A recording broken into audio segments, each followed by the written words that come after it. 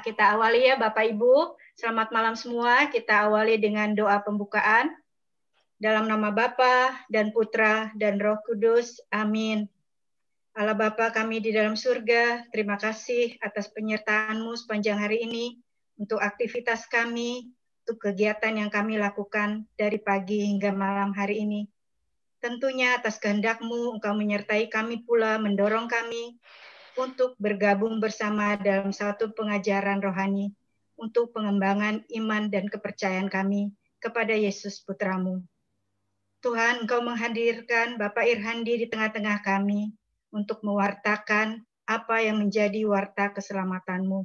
Sertai ia sepanjang malam hari ini dan minggu-minggu berikutnya dalam pengajaran 3 kali seri.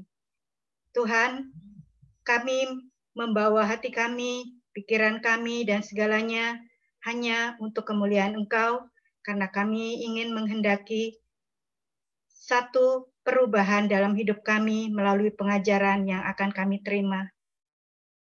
Belajar dari para nabi yang telah mewartakan warta keselamatan-Mu.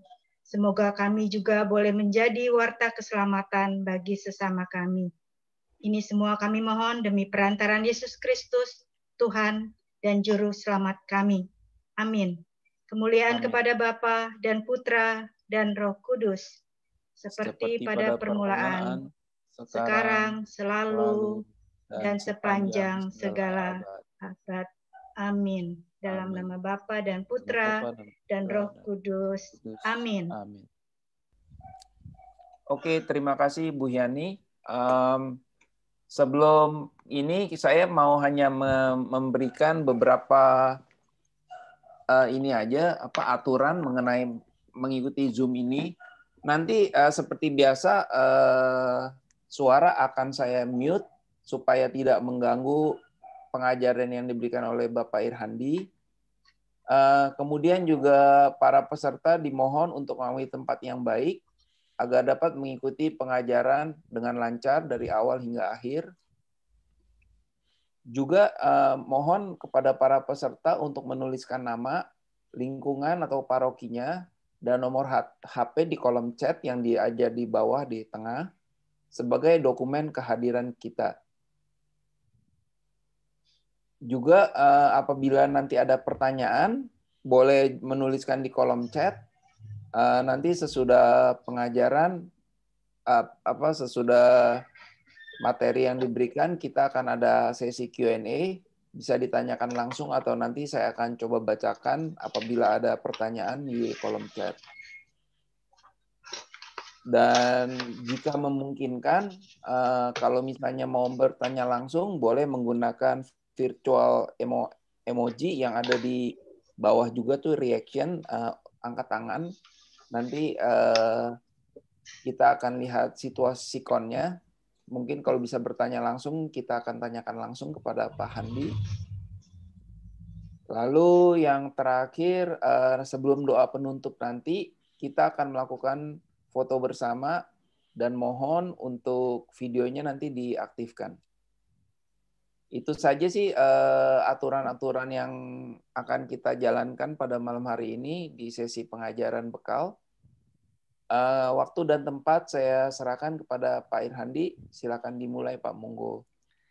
Baik, selamat malam Pak Edwin, terima kasih. Selamat malam Ibu Bapak sekalian. Selamat berjumpa kembali.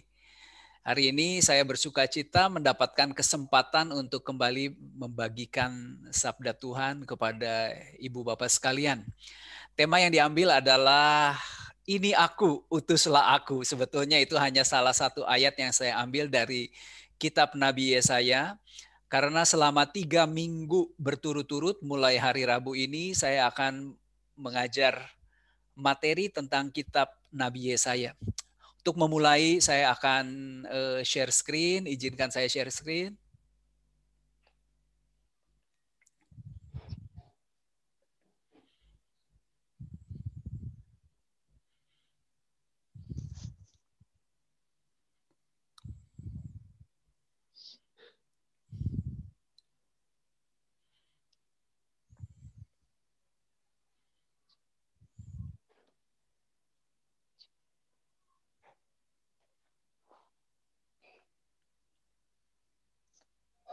Baik, apakah sudah bisa dilihat screen saya?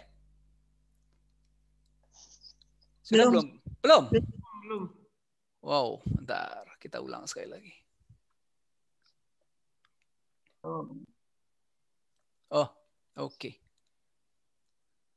Sekarang? Nah, sekarang sudah kelihatan. Sekarang sudah ya, oke.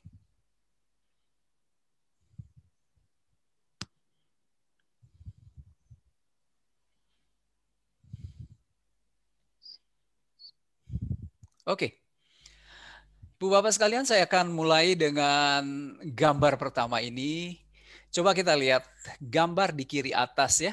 Ini adalah penampakan luar dari sebuah gereja di daerah barat daya dari negeri Prancis. Nama kotanya Souillac. Souillac di provinsi Dordogne. Nama gereja ini adalah The Abbey Church of Saint-Marie, jadi gereja Santa Maria. Yang menarik bagi saya adalah di gereja ini ada sebuah relief ya, relief atau ukiran pada dindingnya, sesuatu yang saya tampilkan di sebelah kanan. Nah, kalau ngelihat gambar ini kita bingung siapa sesungguhnya yang digambarkan oleh ukiran atau oleh patung ini. Gambar ini diberi nama The Smiling atau The Dancing Isaiah. The Dancing Isaiah. Yesaya yang sedang menari. Jadi kalau kita lihat ini Nabi Yesaya sedang menari. Saya kalau melihat ukiran ini saya lalu berpikir, mana ya dasar kitab sucinya gitu. Bahwa Yesaya itu adalah nabi yang menari-nari karena sukacita. Nanti akan kita lihat sepanjang kita mempelajari kitab Nabi Yesaya, Yesaya itu sebetulnya cukup banyak menghadapi hambatan dan kesulitan-kesulitan. Nah, gambar ini atau ukiran ini berasal dari abad ke-12, bergaya seni Romawi, Roman. Dan saya mencoba bertanya kepada orang, apa yang menjadi dasar dari ukiran ini? Lalu katanya begini, ini adalah gambar dari Nabi Yesaya yang bersukacita karena nubuat-nubuatnya tentang Yesus Kristus tergenapi. Jadi Yesaya ini hidup 700 tahun sebelum Yesus lahir. Dan dia sangat bersukacita ketika dia mengetahui bahwa nubuatnya itu benar-benar tergenapi. Kita tahu ya, ada dua nubuat yang sangat penting dalam kitab Nabi Yesaya yang tergenapi atau yang tergenapi di dalam diri Yesus Kristus. Ya, ini akan kita bahas minggu depan dan 2 minggu yang akan datang. Ya, minggu depan kita akan melihat nubuat tentang kelahiran Immanuel, itu Yesaya bab 7. Lalu 2 minggu dari sekarang kita akan melihat bahwa nubuat tentang hamba Tuhan yang menderita, Yesaya bab 53 juga tergenapi dalam sengsara dan wafat Kristus. Santo Yohanes Chrysostomos mengatakan bahwa Yesaya adalah nabi yang paling lantang bernubuat tentang Kristus. Lalu Santo Hieronymus, penerjemah kitab suci, mengatakan bahwa Yesaya ini bukan hanya seorang nabi, tetapi dia terlebih-lebih adalah seorang penginjil, dikatakan. Maka ada orang-orang tertentu mengatakan bahwa kitab Nabi Yesaya ini adalah Injil yang kelima. Injil yang kelima. Maka tidak heran kitab Yesaya ini menjadi favorit, ya, boleh dikatakan sebagai prototipe dari sastra kenabian. Demikian juga di dalam liturgi gereja, kitab Yesaya ini banyak sekali dipakai. Sebentar lagi kita memasuki masa Advent, ya. Lalu juga pada masa Prapaskah, kitab Nabi Yesaya ini banyak sekali dipakai di dalam bacaan liturgi gereja. Karena apa? Karena nubuat-nubuatnya tentang kelahiran Yesus, tentang wafat dan kebangkitan Kristus ini ada di dalam kitabnya. Nah, sekarang kita lihat mengenal sedikit Yesaya. Ini tulisan nama Yesaya di dalam bahasa Ibrani, dibaca dari kanan ke kiri ya. Kita baca pelan-pelan, ini Yeshayahu. Yeshayahu. Yang ini nggak dibaca yang di tengahnya ya. Apa artinya Yeshayahu? Ini dari kata Yesha.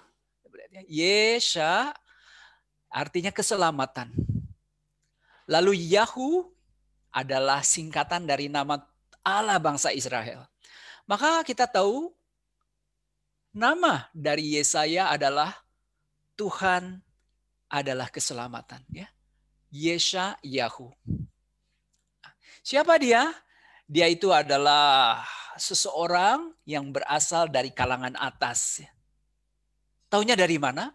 Dia begitu leluasa mendekati raja. Nanti kita lihat minggu depan bagaimana dia itu bisa menghadap kepada Raja Ahaz dengan begitu mudahnya. Ya. Di Yesaya nanti bab 38-39 kita melihat bagaimana Yesaya juga dengan begitu mudah menghadap Raja Hizkia.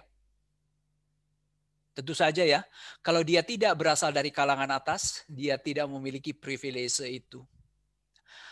Ketika Yesaya ini mendekati raja, ini menggambarkan bagaimana dia itu terlibat sangat aktif dalam kancah politik kerajaan.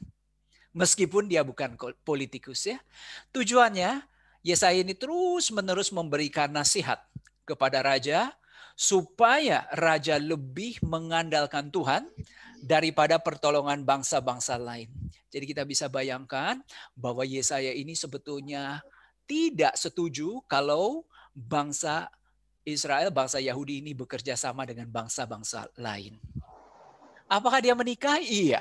Ya, punya istri, tidak pernah disebutkan namanya, tetapi istrinya itu seorang nabiah.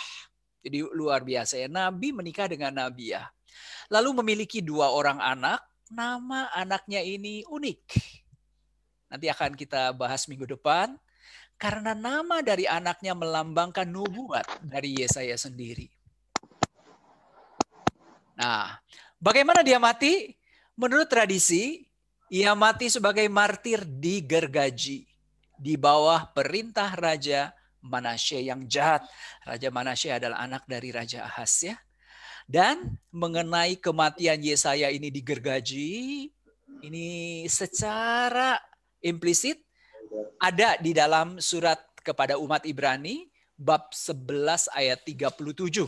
Yang punya kitab suci boleh dibuka. Kalau tidak dengarkan akan saya bacakan ya. Ibrani 11 ayat 37. Mereka dilempari, digergaji, dibunuh dengan pedang. Mereka mengembara dengan berpakaian kulit domba dan kulit kambing, sambil menderita kekurangan, kesesakan, dan siksaan. Ya, jadi ada rupanya hamba Tuhan itu yang matinya digergaji. Selain itu, coba lihat di kiri bawah, ini ada sebuah kitab apokrif Perjanjian Lama yang bernama The Ascension of Isaiah. Kenaikan Yesaya. Di dalam kitab ini juga disinggung tentang kematian sang nabi secara tragis digergaji. Dia berkarya di mana? Di ibu kota, di Yerusalem ya. Kalau melihat zamannya, dia itu berkarya kurang lebih sejaman dengan Hosea di kerajaan utara dan Mikha di kerajaan selatan. Ya. Hosea sedikit lebih awal daripada Nabi Yesaya. Baik. Sekarang kita nikmati kitabnya, kita mulai dari Yesaya bab 1 ayat 1. Yesaya bab 1 ayat 1, kita baca. Yesaya bab 1 ayat 1. Penglihatan yang telah dilihat Yesaya bin Amos tentang Yehuda dan Yerusalem pada zaman Raja Uzia, Yotam, Ahaz, dan Hizkia, raja-raja Yehuda. Nah, biasanya kalau kitab nabi-nabi dimulai dengan pengantar firman Allah datang kepada titik-titik. Ya, firman Allah datang kepada titik-titik. Tetapi khas kitab Yesaya dia tidak dikatakan firman tapi penglihatan. Sejauh pengetahuan saya hanya ada 3 kitab nabi yang menggunakan kata penglihatan. Artinya pewahyuan firman Allah itu lewat vision, penglihatan begitu. Ya. Dalam bahasa Ibrani disebut chazon. Ada 3 kitab, Obadya, Nahum, dan Yesaya. Padahal kalau kita lihat nanti, Gak banyak loh penglihatan yang dialami oleh Yesaya. Hanya satu. Lain dengan Yeremia. Yeremia banyak sekali ya. Tetapi Yesaya itu hanya satu, yaitu ketika dia dipanggil menjadi nabi. Di bab 6 ya. Hari ini akan kita bahas pada akhir sesi. Yesaya ini punya ayah namanya Amos ya. Jangan mengatakan bahwa Amos ini sama dengan Nabi Amos yang berkarya di kerajaan utara ya, karena dalam bahasa Ibraninya beda. Ini Amoch harusnya, Amoch ya. Yesaya bin Amos. Nah, bernubuat tentang apa? Tentang Yehuda, kerajaan selatan, dan terutama tentang kota Yerusalem. Pada zaman siapa? Pada zaman Raja Uzia atau Azaria, Yotam, Ahaz, dan Hizkia, raja-raja Yehuda. Berarti kalau kita lihat, dia cukup lama loh. Kemungkinan besar itu berkarya kurang lebih 40 tahun, mulai tahun 740 sebelum Masehi sampai kurang lebih tahun 700 sebelum Masehi. 40 tahun menjadi nabi. Nah, untuk memahami sebuah kitab nabi, kita perlu mempelajari kondisi sosio-politik, religius ketika seorang raja memerintah. Maka sekarang saya akan menampilkan beberapa slide yang menggambarkan bagaimana sebetulnya kondisi ya secara sosial, secara politik, secara religius yang sedang dialami oleh Yehuda, kerajaan selatan pada zaman Yesaya berkarya. Kita mulai dengan Raja Uzia atau Raja Azaria ya, di kitab Tawarikh disebut namanya Azaria sama. Kalau Uzia ini di kitab Raja-Raja. Nah, nanti saya berikan warna merah dan putih. Yang putih berarti bagus. Yang merah berarti buruk. Nanti akan kita lihat ya rapornya siapa yang banyak merahnya. Raja Uzia ini melakukan apa yang benar di mata Tuhan. Sayang ya, bukit-bukit pengorbanan tidak dijauhkan. Jadi rupanya orang-orang di kerajaan Yehuda ini, di kerajaan selatan ini terpengaruh oleh agama-agama mistik Kanaan. Dan mereka menganggap bukit-bukit adalah tempat yang paling tepat untuk memuja dewa-dewi.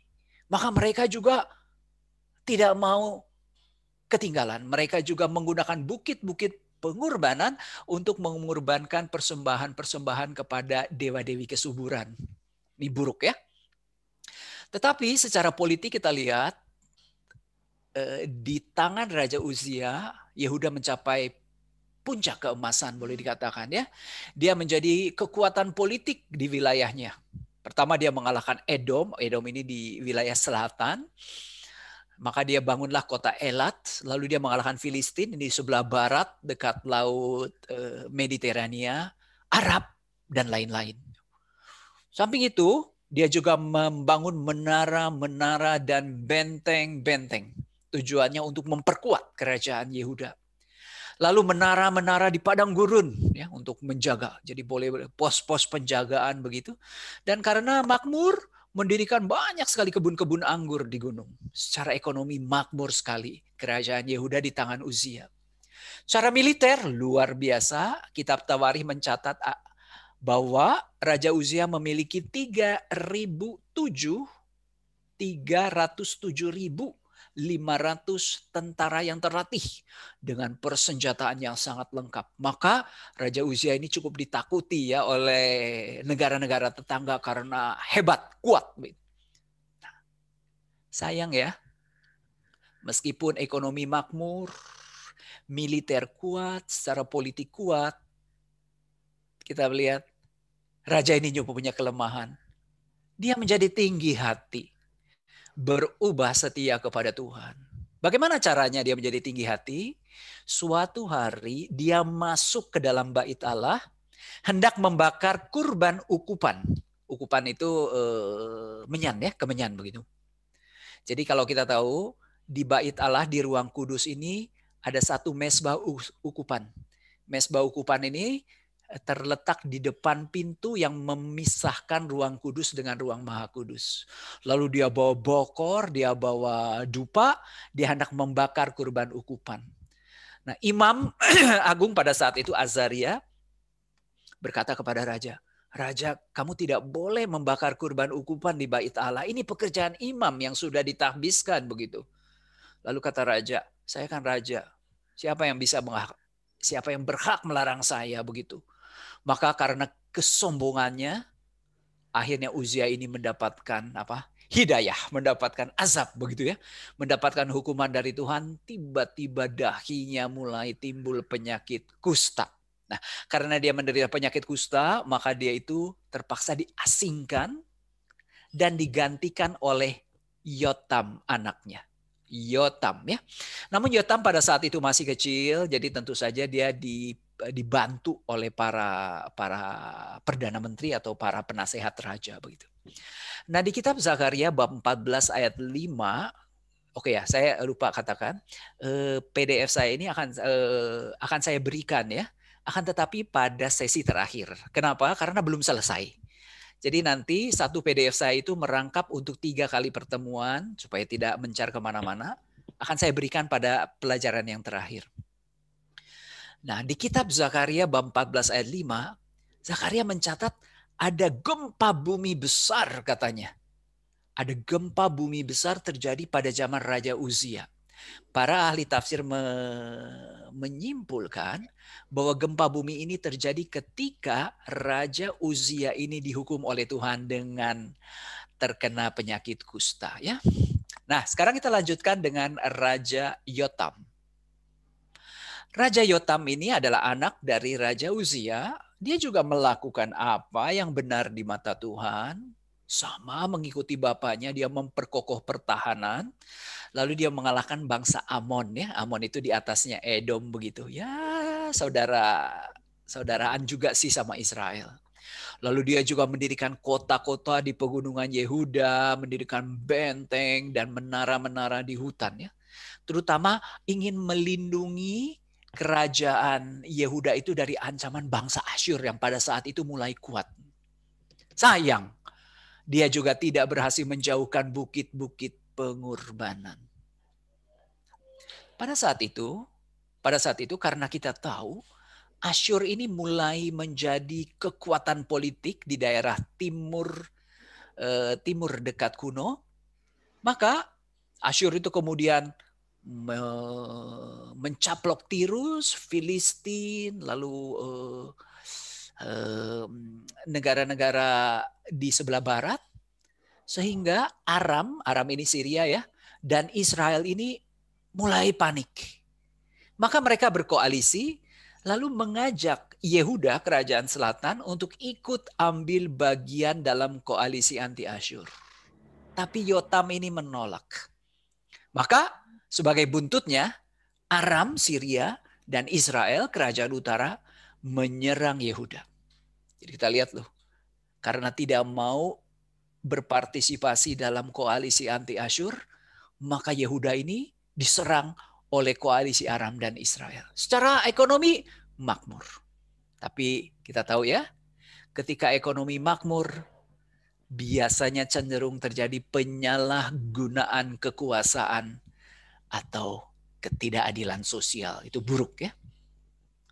Saudara, Raja Yotam digantikan oleh putranya Ahaz. Nah, kalau kita lihat di gambar ini, Raja Ahaz ini rapotnya kebakaran. Merah semuanya. Kita lihat ya apa yang terjadi. Raja Ahaz ini tidak melakukan yang benar di mata Tuhan, bahkan mempersembahkan anaknya sebagai kurban dalam api. Jadi kita tahu Raja Ahaz ini rupanya penyembah dewa Moloch.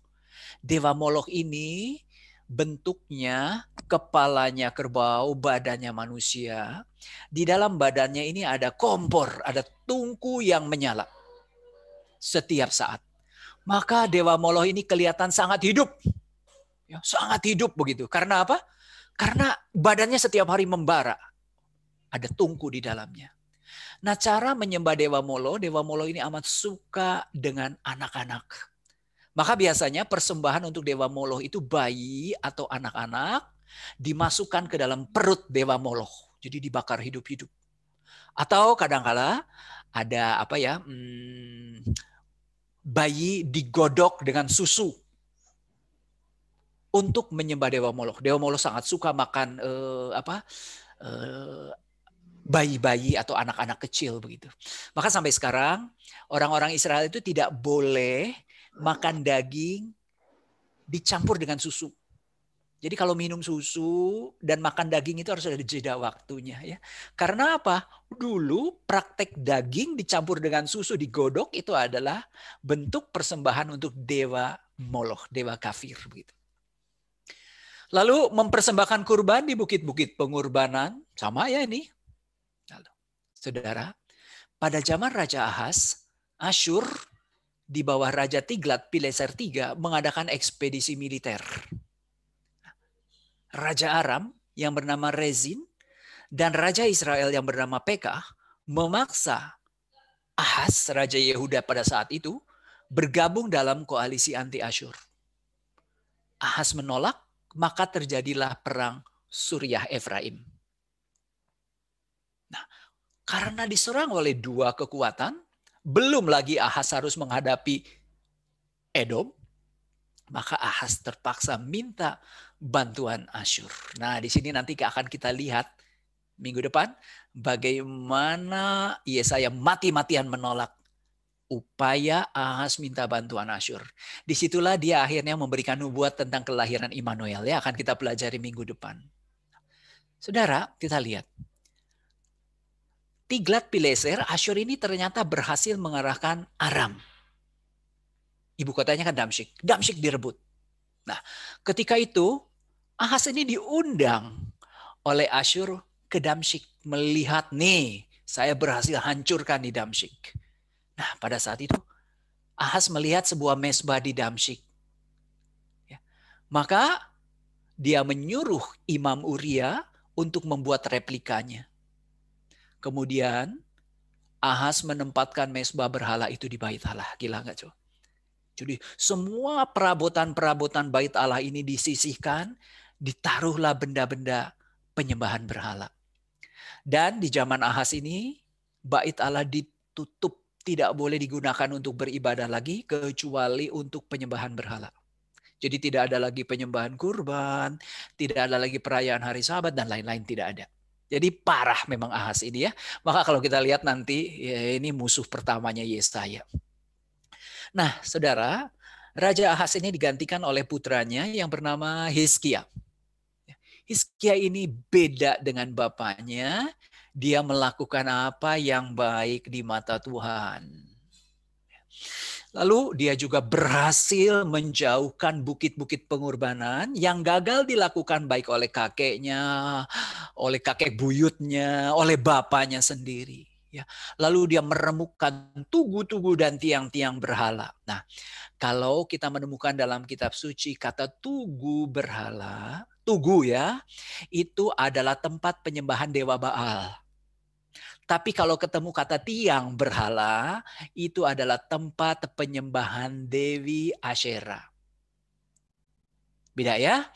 Nah, imannya kepada Tuhan dikatakan Raja Hizkia tidak dapat disaingi oleh raja manapun sebelum maupun sesudah dia. Berarti Hizkia itu raja yang luar biasa, ya, raja yang sangat beriman. Pada tahun pertama, karena kita tahu di zaman bapaknya ini bait Allah dinajiskan, maka dia melakukan upaya untuk membersihkan dan menguduskan rumah Tuhan. Dari berhala-berhala, menghidupkan kembali musik liturgis. Jadi selama ini bait Allah tidak pernah digunakan untuk ibadah. Kembali orang-orang Lewi ini dipanggil, mereka main kecapi, main rebana, dan lain-lain. Dia juga mengundang kerajaan utara, Efraim dan Manasye untuk bersama-sama turut merayakan Paskah. Paskah yang sudah bertahun-tahun ditinggalkan oleh bangsa Yahudi. Setelah merayakan Paskah, orang-orang Israel itu menghancurkan semua berhala. Boleh dikatakan bait Allah ini ditahirkan kembali. Baik, saudara, sekarang kita lihat nilai merah dari Hizkia. Hizkia ini ingin melepaskan diri dari Asyur. Karena apa? Dia harus membayar upeti kepada Asyur. Maka dia mencari kekuatan baru. Kekuatan baru di zaman Hizkia adalah Babel. Dalam tahun keempat Raja Hizkia, Asyur ini menyerang Samaria dan merebut kota itu setelah 3 tahun. Lalu orang-orang Israel ini dibuang ke Asyur. Ini terjadi tahun 721 sebelum Masehi. Dalam tahun ke-14 Hizkia, berarti 10 tahun kemudian, Asyur itu menyerbu kota-kota Yehuda. Namun dia gagal merebut Yerusalem. Ya, Asyur ini membebankan upeti kepada Hizkia. Yerusalem berhasil luput dari Asyur secara mukjizat. Bagaimana mukjizatnya nanti akan saya tunjukkan gambarnya. Ada 185.000 tentara Asyur mati di perkemahan secara ajaib. Ya, sayang, Hizkia ini juga condong untuk mengandalkan Mesir. Maka saudara kita tahu di sini kembali Yesaya akan tampil. Karena Yesaya itu anti asing. Anti koalisi asing ya. Baik, sekarang kita akan pelajari susunan kitabnya ya. Sudah kita mengenal latar belakang, sosial, politik, religius. Kita saatnya melihat kitabnya secara keseluruhan. Karena kitab Yesaya ini salah satu kitab yang paling tebal. 66 bab. Dalam jumlah bab, kitab Yesaya ini boleh dikatakan jawaranya. Meskipun kalau dalam jumlah ayatnya lebih banyak Yeremia. Yeremia 52 bab. Jadi ada bab 1 sampai dengan bab 66. Nah saudara, kita akan lihat pada akhir abad ke-19, awal abad 20 ya, tahun 1900-an begitu. Ada seorang teolog berkebangsaan Jerman namanya Bernardus Dum, orang Jerman. Dia melihat ini kitab Yesaya ini nggak mungkin ditulis sama satu orang. Nggak mungkin ditulis sama satu orang. Dia mencurigai bahwa kitab Yesaya ini dikarang oleh beberapa orang dalam periode-periode waktu yang berbeda. Ya. Maka kita mengenal susunan kitab Yesaya ini seperti ini. Ini berdasarkan analisis dari Bernardus Dum. Yang pertama, 39 bab pertama itu disebut sebagai proto Yesaya atau Yesaya pertama. Ya, berarti ini adalah nubuat-nubuat yang kontemporer yang satu waktu dengan masa hidup Yesaya. Jadi inilah nubuat yang berhasil diperoleh oleh Yesaya pada zaman Raja Yotam, Raja Ahaz, Raja Hizkia. Itu proto Yesaya. Ya. Nah, mulai bab 40 sampai dengan bab 55, lain ceritanya. Kenapa? Karena bangsa Israel ini sudah ada di pembuangan Babel. Dan itu terjadi pada abad ke-6 sebelum Masehi. 587 sebelum Masehi. Bayangkan Yesaya ini hidup 740 sebelum Masehi. Ke 587 175 tahun. Mana mungkin Yesaya itu masih hidup? Maka Dum mengatakan ini pasti yang ngarang ini bukan Yesaya, tapi Yesaya yang lain. Mungkin muridnya Yesaya atau nabi lain yang memiliki spiritualitas yang sama dengan Yesaya. Maka kita sebut bab 40 sampai 55 ini sebagai Deutero Yesaya. Deutero Yesaya ya. Lalu mulai masuk bab 56 sampai 66, ini lebih lagi. Bangsa Israelnya sudah kembali dari pembuangan di Babel. Sudah kembali lagi ke Palestina. Kita tahu bangsa Israel ini dibuang di Babel 70 tahun. Lah ampun. Berarti tahun berapa ya? 530. Ini 200 tahun beda waktunya dari zaman Yesaya. Gak mungkin lah ya. Maka saudara Dum mengatakan Yesaya itu gak mungkin dikarang sama satu orang. Setidak-tidaknya dikarang oleh 3 orang pada 3 zaman yang berbeda. Pada 3 zaman yang berbeda. Saudara, teori ini tidak mutlak, tidak absolut. Ya. Karena apa? Saya membaca literatur terbaru sekarang, malah orang cenderung kembali bahwa pengarangnya adalah Yesaya satu orang. Sudahlah, kita lupakan ya. Saya masih tetap menggunakan teori ini. Karena teori ini juga yang masih digunakan oleh ahli kitab suci Katolik. Begitu. Jadi saya masih pertahankan. Nanti akan kita lihat ya. Jadi hari ini dan minggu depan saya akan mengajar Proto Yesaya. Nanti pertemuan terakhir saya akan mengajar Deutero Yesaya dan kalau masih sempat sedikit Trito Yesaya. Ya, kalau masih sempat. Oke. Sekarang kita lihat dulu Proto Yesaya. Proto Yesaya ini kita bisa bagi-bagi lagi menjadi beberapa bagian. Yang pertama bab 1 sampai bab 12. Ini yang menjadi core atau inti dari pengajaran saya. Hari ini saya akan mengajar sampai bab 6. Moga-moga selesai, sekarang udah 45 menit. Minggu depan bab 7 sampai bab 12 gitu ya. Ini adalah penglihatan Khazon yang dialami oleh Yesaya di zaman Raja Yotam dan Raja Ahaz. Lalu mulai bab 13 sampai bab 23 adalah ucapan ilahi terhadap bangsa-bangsa. Berarti yang disorot bukan Yahudi, bukan Yehuda, bukan Israel, tetapi bangsa-bangsa lain. Bab 24 sampai dengan 27 ini kerap disebut sebagai wahyu besar Yesaya. Kenapa? Coba kita nikmati bab 24 sampai 27 ada apa sih sehingga disebut nubuat atau wahyu besar Yesaya? Coba lihat. Di kitab suci pasal 24 sampai 27 disebut nubuat tentang akhir zaman. Eskatologi Yesaya. Akhir zaman Allah Yesaya ya. Maka kita tahu kalau akhir zaman kan kita pelajari di kitab Wahyu Revelation ya. Maka kita sebut sebagai wahyu besar. Wahyu besar Yesaya ada 4 bab dibahas di situ. Yesaya bab 28 sampai 33 itu nubuat-nubuat Yesaya pada zaman Raja Hizkia. Lalu masuk ke bab 34 dan 35 kembali ada wahyu. Wahyu tetapi disebut wahyu kecil. Kenapa disebut wahyu kecil? Karena jumlah babnya lebih sedikit ya. Kalau 24 sampai 27 ini kan ada 24, 25, 26, ada 4 bab. Wahyu besar Yesaya. 34, 35 itu hanya 2 bab ya. Wahyu kecil Yesaya. Nanti Anda bisa baca sendiri, ada berbicara mengenai keselamatan bagi umat Tuhan dan lain-lain. Lalu bab 36 sampai dengan bab 39 adalah sebuah lampiran sejarah. Lampiran sejarah ini sama atau mirip dengan kitab 2 Raja-Raja bab 18 dan bab 19. Di sini kalau sempat nanti Anda baca sendiri saja ada cerita bagaimana Raja Hizkia ini sakit, sudah saatnya mau mati.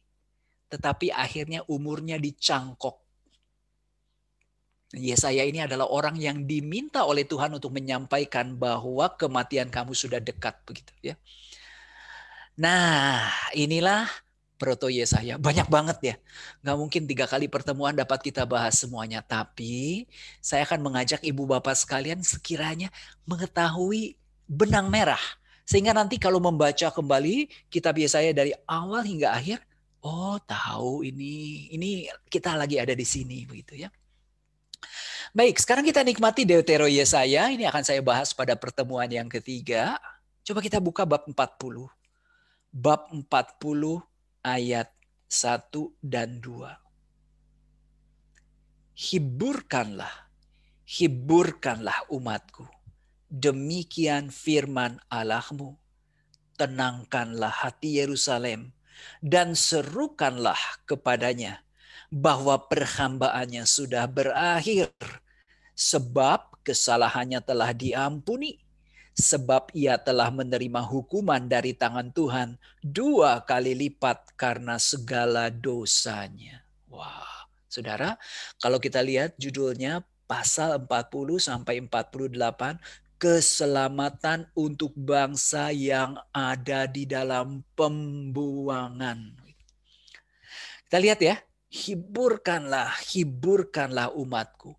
Kalau di Proto Yesaya ini, Yesaya sering menyampaikan kecaman atau kritik terhadap bangsa Yahudi, tetapi di bagian kedua Deuteronomi Yesaya ini hiburan, ya, lebih banyak berbicara mengenai penghiburan, ya, mengangkat kembali pengharapan bangsa yang sedang menderita di pembuangan. Nah, kalau kita lihat, hiburkanlah, hiburkanlah. Ini gaya Deuteronomi Yesaya, sering menggunakan kata-kata ganda. Ini khas Deuteronomi Yesaya, ya. Baik, Trito Yesaya ini berbicara tentang bangsa Israel yang sudah kembali dari pembuangan. Bangsa Israel yang telah kembali dari pembuangan, mungkin yang paling Anda sukai itu bab 65, 66 nanti cerita tentang langit dan bumi yang baru, ya. Moga-moga kita punya waktu nanti untuk membahas sedikit mengenai akhir zaman atau eskatologi Yesaya. Baik, untuk menyingkat waktu, kita akan mulai dengan kitabnya sendiri. Kita buka Yesaya bab 1 ayat 2 sampai dengan ayat 9. Dengarlah hai langit dan perhatikanlah hai bumi. Sebab Tuhan berfirman, aku membesarkan anak-anak dan mengasuhnya, tetapi mereka memberontak terhadap aku. Lembu mengenal pemiliknya, tetapi Israel tidak. Keledai mengenal palungan yang disediakan tuannya, tetapi umatku tidak memahaminya. Celakalah bangsa yang berdosa, kaum yang syarat dengan kesalahan, keturunan yang jahat-jahat, anak-anak yang berlaku buruk. Mereka meninggalkan Tuhan, menista yang maha kudus Allah Israel, dan berpaling membelakangi Dia. Di mana kamu mau dipukul lagi? Kamu yang bertambah murtad, seluruh kepala sakit, dan seluruh hati lemah lesu. Dari telapak kaki sampai kepala tidak ada yang sehat. Bengkak dan bilur dan luka baru. Tidak dipijit dan tidak dibalut dan tidak ditaruh minyak. Negerimu menjadi sunyi sepi. Kota-kotamu habis terbakar. Di depan matamu orang-orang asing memakan hasil dari tanahmu. Sunyi sepi negeri itu seolah-olah ditunggang balikan orang asing. Putri Sion tertinggal sendirian, seperti pondok di kebun anggur, seperti gubuk di kebun mentimun, seperti kota yang terkepung. Seandainya Tuhan semesta alam tidak meninggalkan pada kita sedikit orang yang terlepas, kita sudah menjadi seperti Sodom dan sama seperti Gomora. Wah, sekarang kita lihat ya. Saudara, kita melihat setting bab 1 ayat 2 sampai 9 ini dan seterusnya, sebetulnya keseluruhan bab 1 itu berbicara sebagai sebuah pengadilan begitu. Siapa yang menuntut? Tuhan. Siapa yang menjadi hakim? Juga Tuhan. Siapa yang dituntut? Yang dituntut adalah Israel. Siapa yang suruh menjadi saksi? Ayat 2 mengatakan, langit dan bumi disuruh menjadi saksi. Langit dan bumi disuruh menjadi saksi. Baik, sekarang kita lihat tuduhannya ya. Kenapa Tuhan itu begitu kecewa atas umatnya? Dikatakan begini. Aku membesarkan anak-anak dan mengasuh, tapi mereka memberontak terhadap aku. Jadi hubungan antara Tuhan dan bangsa Israel diibaratkan hubungan antara ayah dan anak. Tahu gak apa hukuman anak yang memberontak terhadap ayahnya menurut hukum Taurat? Di dalam kitab Ulangan bab 21 dikatakan hukuman buat mereka adalah hukuman rajam. Lalu lembu mengenal pemiliknya, tetapi Israel tidak. Keledai mengenal palungan yang disediakan tuannya, tetapi umatku tidak memahaminya. Coba lihat. Mereka itu jauh lebih bodoh, lebih pandir daripada lembu atau keledai. Karena apa? Lembu ini bisa mengenal pemiliknya sendiri. Keledai, binatang yang paling bodoh, bisa mengenal palungan yang disediakan tuannya. Tetapi orang-orang Yahudi ini tidak. Maka celakalah bangsa yang berdosa, kaum yang syarat dengan kesalahan, keturunannya jahat-jahat, anak-anak yang berlaku buruk. Mereka itu meninggalkan Tuhan dan menista yang Maha Kudus Allah Israel dan berpaling membelakangi Dia. Ya, saudara, gelar Allah yang disebut yang Maha Kudus Allah Israel, yang Maha Kudus Allah Israel, ini gelar yang sangat digemari oleh Yesaya. Jadi Yesaya itu kalau memanggil Allah dengan dua gelar. Ini gelar yang pertama. Yang Maha Kudus Allah Israel. Kadosh Yisrael. Artinya apa? Allah ini benar-benar beda sendiri, ya. Allah yang mengatasi segala ilah. Allah yang menguasai segala sesuatu. Allah yang jauh lebih tinggi daripada pribadi yang apapun yang ada di dunia ini. Terus, di mana kamu mau dipukul lagi? Kok kamu bertambah murtad? Sampai ya dipukulnya itu, kepala itu sakit, hati lemah lusuh. Karena apa? Dari telapak kaki sampai kepala itu tidak ada yang sehat. Semua udah dipukul. Bengkak dan bilur dan luka baru, tidak dipijit, tidak dibalut, dan tidak ditaruh minyak. Saudara, apa artinya ini ya? Jadi pada tahun 701 sebelum Masehi, 20 tahun sesudah Samaria direbut oleh Asyur, Raja Asyur yang bernama Sanherib ini menyerbu Yehuda. Lalu dia menghancurkan kota-kota Yehuda. Nah, ini bisa dipelajari di kitab Mikha. Terakhir, mereka sudah menguasai kota Lachis. Lalu mereka itu berencana merebut Yerusalem. Maka Yerusalem ini dikepung. Akan tetapi anehnya nanti akan kita lihat, Yerusalem ini luput dari kejatuhan. Karena ada bantuan dari Allah yang sangat ajaib. Maka Raja Asyur Sanherib ini kemudian meninggalkan Yerusalem karena terjadi pemberontakan di Asyur. Lalu di Asyur dia mati dibunuh oleh anaknya sendiri. Akan tetapi kota-kota di sekitar Yerusalem itu sudah hancur. Maka inilah kata Tuhan, saya sudah berikan peringatan kepada kalian loh. Kota-kota di sekitar Yerusalem ini semua sudah hancur. Ibarat badan itu sudah dari telapak kaki sampai kepala tidak ada yang sehat. Semuanya udah bengkak, udah penuh dengan luka, tidak dipijit, tidak dibalut, tidak ditaruh minyak. Negerimu menjadi sunyi sepi, kota-kotamu habis terbakar, di depan matamu orang-orang asing, bangsa Asyur, memakan hasil dari tanahmu. Sunyi sepi negeri itu seolah-olah ditunggang balikan orang asing. Putri Sion kita tahu ya, Yerusalem tertinggal sendirian karena memang satu-satunya kota yang luput dari kejatuhan pada saat itu. Maka dia itu seperti pondok di kebun anggur, seperti gubuk di kebun mentimun.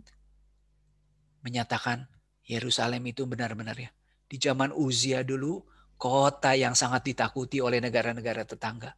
Sekarang mereka begitu rapuh. Karena mereka itu seperti kota yang terkepung.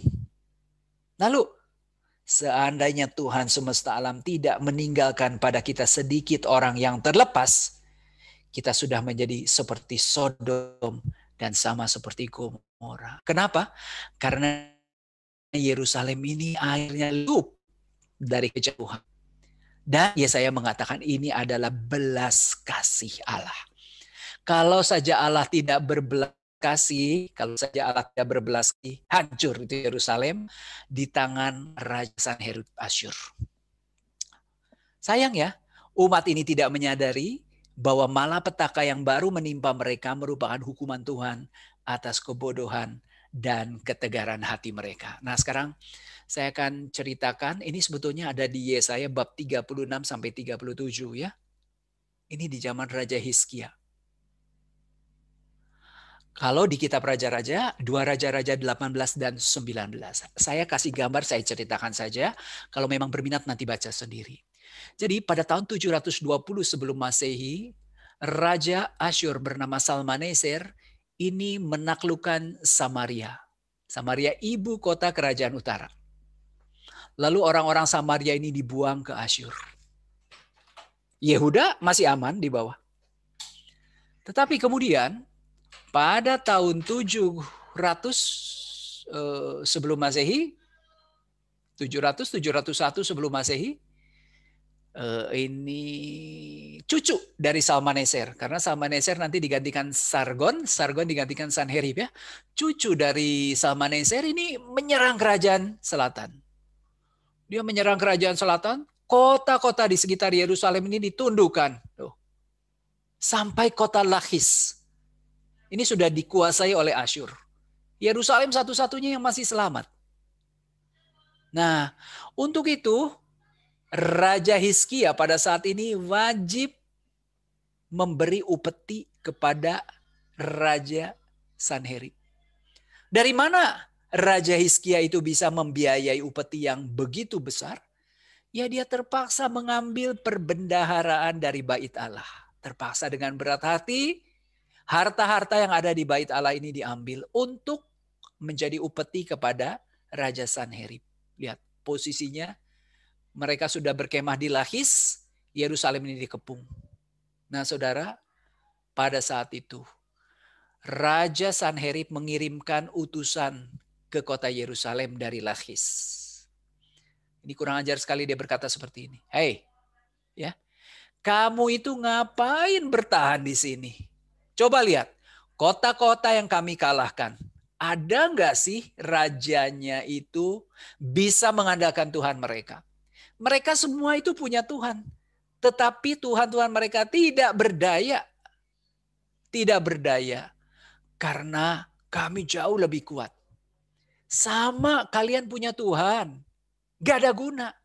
Tetap Yerusalem itu suatu hari akan jatuh ke tangan kami. Nah, sesudah itu, saudara,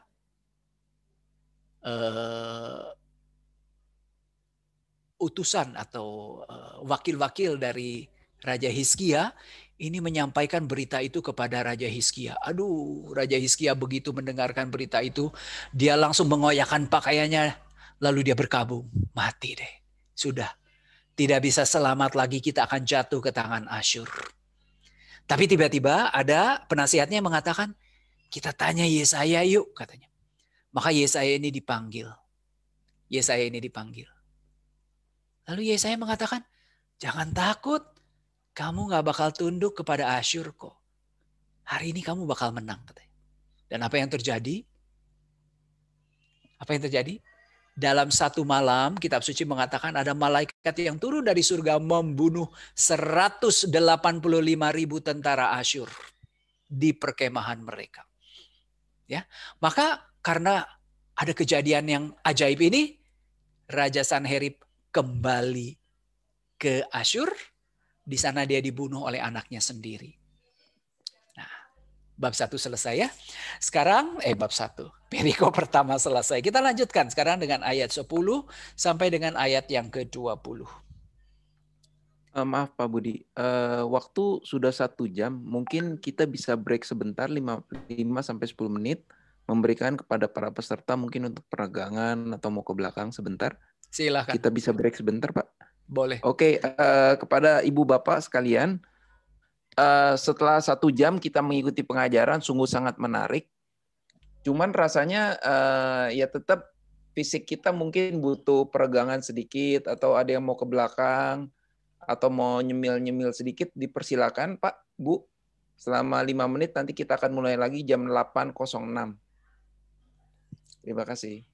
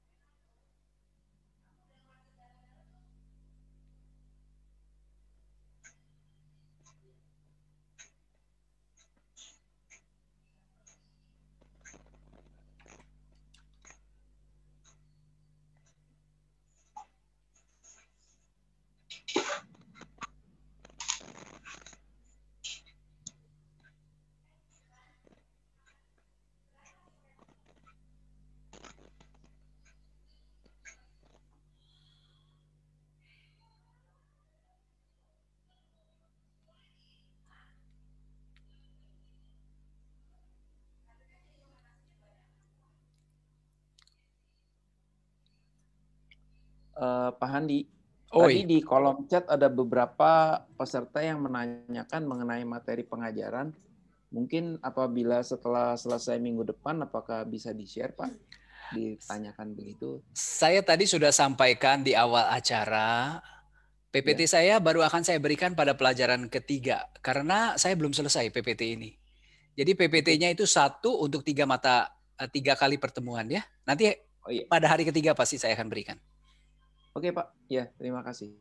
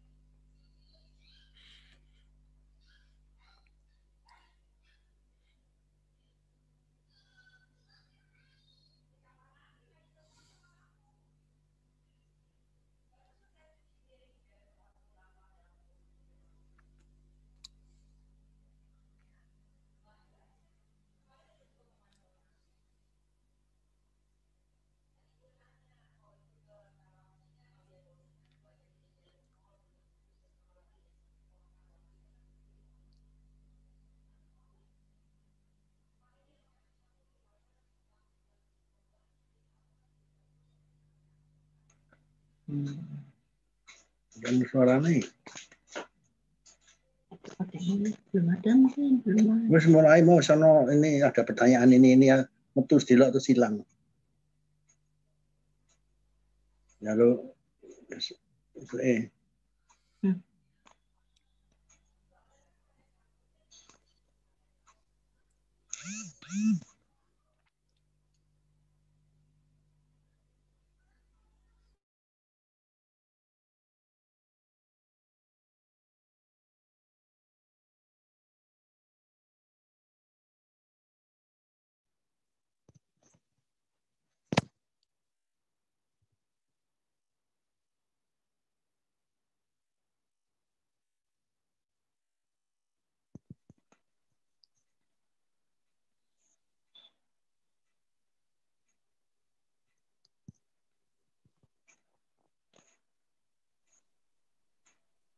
Pak Ir, itu di kolom chat ada yang bertanya dari Pak Eriko, mungkin nanti bisa direspon setelah hari ini, pengajaran hari ini. Bertanya mengapa kesalahan dari Raja Israel dan Yehuda ditanggung oleh seluruh rakyatnya, padahal pasti banyak dari rakyat yang terus setia kepada Allah. Itu sih pertanyaannya dari Pak Eriko.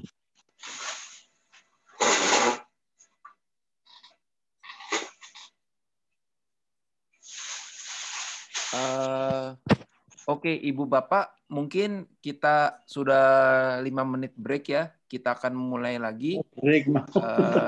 Dipersilakan. Jam 7. Dipersilakan kembali ke tempatnya masing-masing.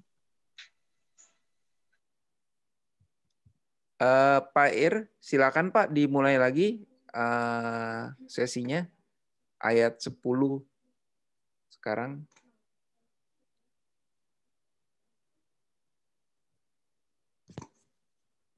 Pak Ir masih di mute, Pak Ir. Sudah. Oke, ayat 10. Oke, ya. Dengarlah firman Tuhan, hai pemimpin-pemimpin manusia Sodom. Perhatikanlah pengajaran Allah kita, hai rakyat manusia Gomora. Sebetulnya pertanyaan Pak Eriko tadi sudah terjawab. Manusia Sodom, rakyat manusia Gomora. Jadi bukan hanya rajanya yang berdosa, seluruh rakyat terlibat. Memang mungkin ada 1-2 yang tidak terlibat. Ini lebih menarik lagi kalau kita belajar kitab Nabi Yeremia. Di kitab Nabi Yeremia itu sampai Tuhan berkata, coba kamu cari di Yerusalem, ada nggak orang yang masih lurus? Pasti kamu jawab tidak ada. Ya, jadi sudah terjawab pertanyaannya. Untuk apa korbanmu yang banyak-banyak, firman Tuhan? Aku sudah jemu akan kurban-kurban bakaran berupa domba jantan, dan akan lemak dari anak lembu gemukan, darah lembu jantan dan domba-domba dan kambing jantan tidak aku sukai. Jadi Tuhan mengatakan, jangan pikir ya, kamu datang mempersembahkan kurban itu lalu saya senang begitu. Karena ada kecenderungan, nah ini juga lebih cocok di kitab Nabi Yeremia kita pelajari. Orang selalu mengatakan, Tuhan itu nggak bakal menghukum kita. Karena Tuhan itu bersemayam di bait Allah. Selama bait Allah kokoh berdiri ini aman kita.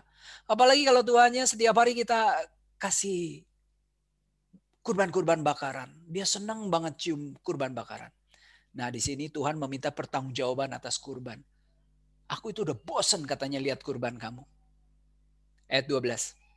Apabila kamu datang untuk menghadap di hadiratku, siapa yang menuntut itu daripadamu? Bahwa kamu menginjak-injak pelataran bait suciku.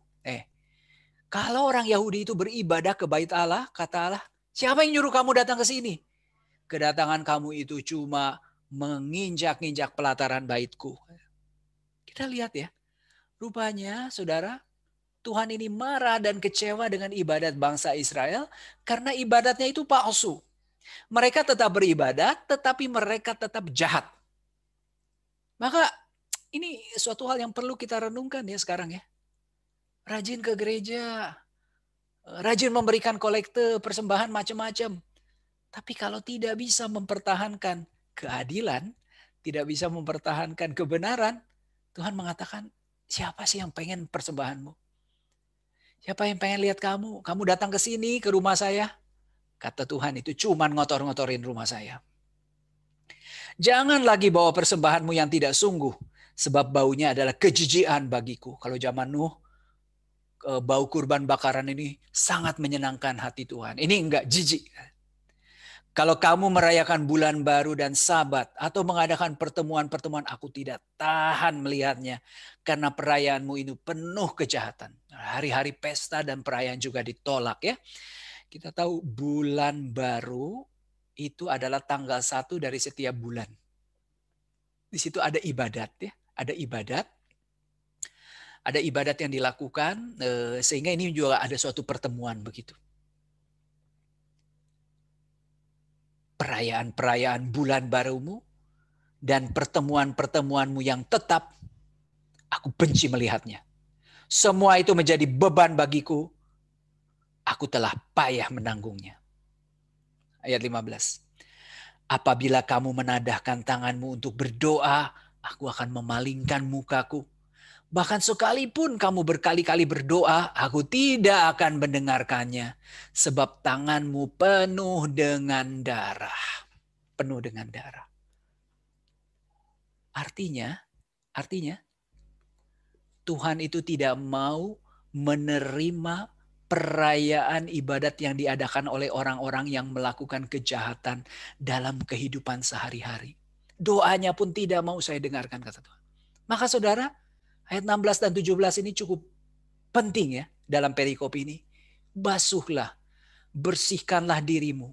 Jauhkanlah perbuatan-perbuatanmu yang jahat dari depan mataku. Berhentilah berbuat jahat. Belajarlah berbuat baik, upayakan keadilan, kendalikanlah orang kejam, belalah hak anak-anak yatim, perjuangkanlah perkara janda-janda. Saudara, kalau manusia itu belum bisa memberikan keadilan di dalam kehidupan sehari-hari, terutama kepada kaum marginal, mereka yang tersisihkan, orang-orang yang miskin, orang-orang yang kecil, orang-orang yang tersisihkan, maka percumalah segala ibadat itu. Segala persembahan, segala doa, segala perayaan-perayaan liturgis itu tidak ada maknanya sama sekali. Doa ini ditolak karena tangan penuh dengan perbuatan jahat melawan keadilan. Saudara, waduh, ini kan tadi saya katakan bab 1 itu berbicara tentang pengadilan loh ya. Dakwaan Allah itu luar biasa. Biasanya kalau dakwaan ini sudah disampaikan dan tidak bisa dibela, hakim tinggal ketok palu. Ketok palunya sebetulnya gampang loh ya. Hukuman dijatuhkan. Tapi Tuhan itu lain loh. Tuhan itu lain. Keputusan dia itu aneh. Coba kita baca sekarang di ayat 18. Marilah. Baiklah kita berperkara. Wah, keren banget ya. Baiklah kita sekarang selesaikan secara hukum di pengadilan. Tapi firman Tuhan apa? sekalipun dosamu merah seperti kirmizi, akan menjadi putih seperti salju. Sekalipun berwarna merah seperti kain kesumba, akan menjadi putih seperti bulu domba. Jika kamu menurut dan mau mendengar, maka kamu akan memakan hasil baik dari negeri itu. Tetapi jika kamu melawan dan memberontak, maka kamu akan dimakan oleh pedang. Sungguh Tuhan yang mengucapkannya. Saudara, Tuhan itu tidak akan segera menjatuhkan hukuman. Karena apa? Tuhan itu memberikan tawaran keselamatan. Dan tawaran keselamatan itu bisa diraih oleh manusia dengan cara pertobatan. Maka Israel ini harus bertobat. Ya, dosa bagaimanapun parahnya dapat diampuni. Kecuali kalau manusia itu tidak mau bertobat. Nah, saudara masuk ke bab 1 saja. Ini belum selesai bab 1, masih menyisakan 10 ayat. Kita melihat ini rangkuman sebetulnya dari kitab Yesaya. Berbicara tentang kemurkaan Tuhan. Kenapa Tuhan itu murka? Karena bangsa Israel itu melakukan kejahatan. Meskipun secara formalitas mereka itu tetap rajin beribadah. Gak ada gunanya kata Tuhan. Kalau kalian tidak bisa memberikan keadilan kepada sesama, gak ada gunanya itu semua. Dan karena mereka sudah terlalu jahat, Tuhan itu mengatakan sebetulnya kamu itu sudah harus dihukum. Tapi inilah Tuhan di dalam kitab suci itu selalu digambarkan seperti mata uang yang mempunyai dua muka. Di satu muka Allah itu maha adil. Karena adil dia harus memberikan keadilan. Dia harus menjatuhkan hukuman. Tetapi di sisi yang lain kita menemukan Allah yang maha rahim. Allah yang maha rahim itu selalu memberikan kesempatan kepada manusia untuk bertobat. Dan dia akan mewujudkan belas kasih atau kerahimannya. Ini menarik. Pokoknya nanti kita akan membaca selalu begitu ceritanya ya. Nah sekarang kita lanjutkan sedikit lagi 10 ayat yang terakhir. Bagaimana ini? Kota yang dulu setia, sekarang sudah menjadi sundal. Tadinya penuh keadilan, di situ selalu diam kebenaran. Tetapi sekarang penuh pembunuh.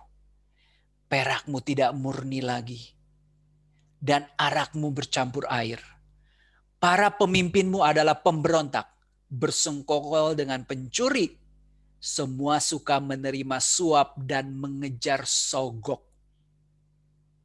Mereka tidak membela hak anak-anak yatim dan perkara janda-janda tidak sampai kepada mereka.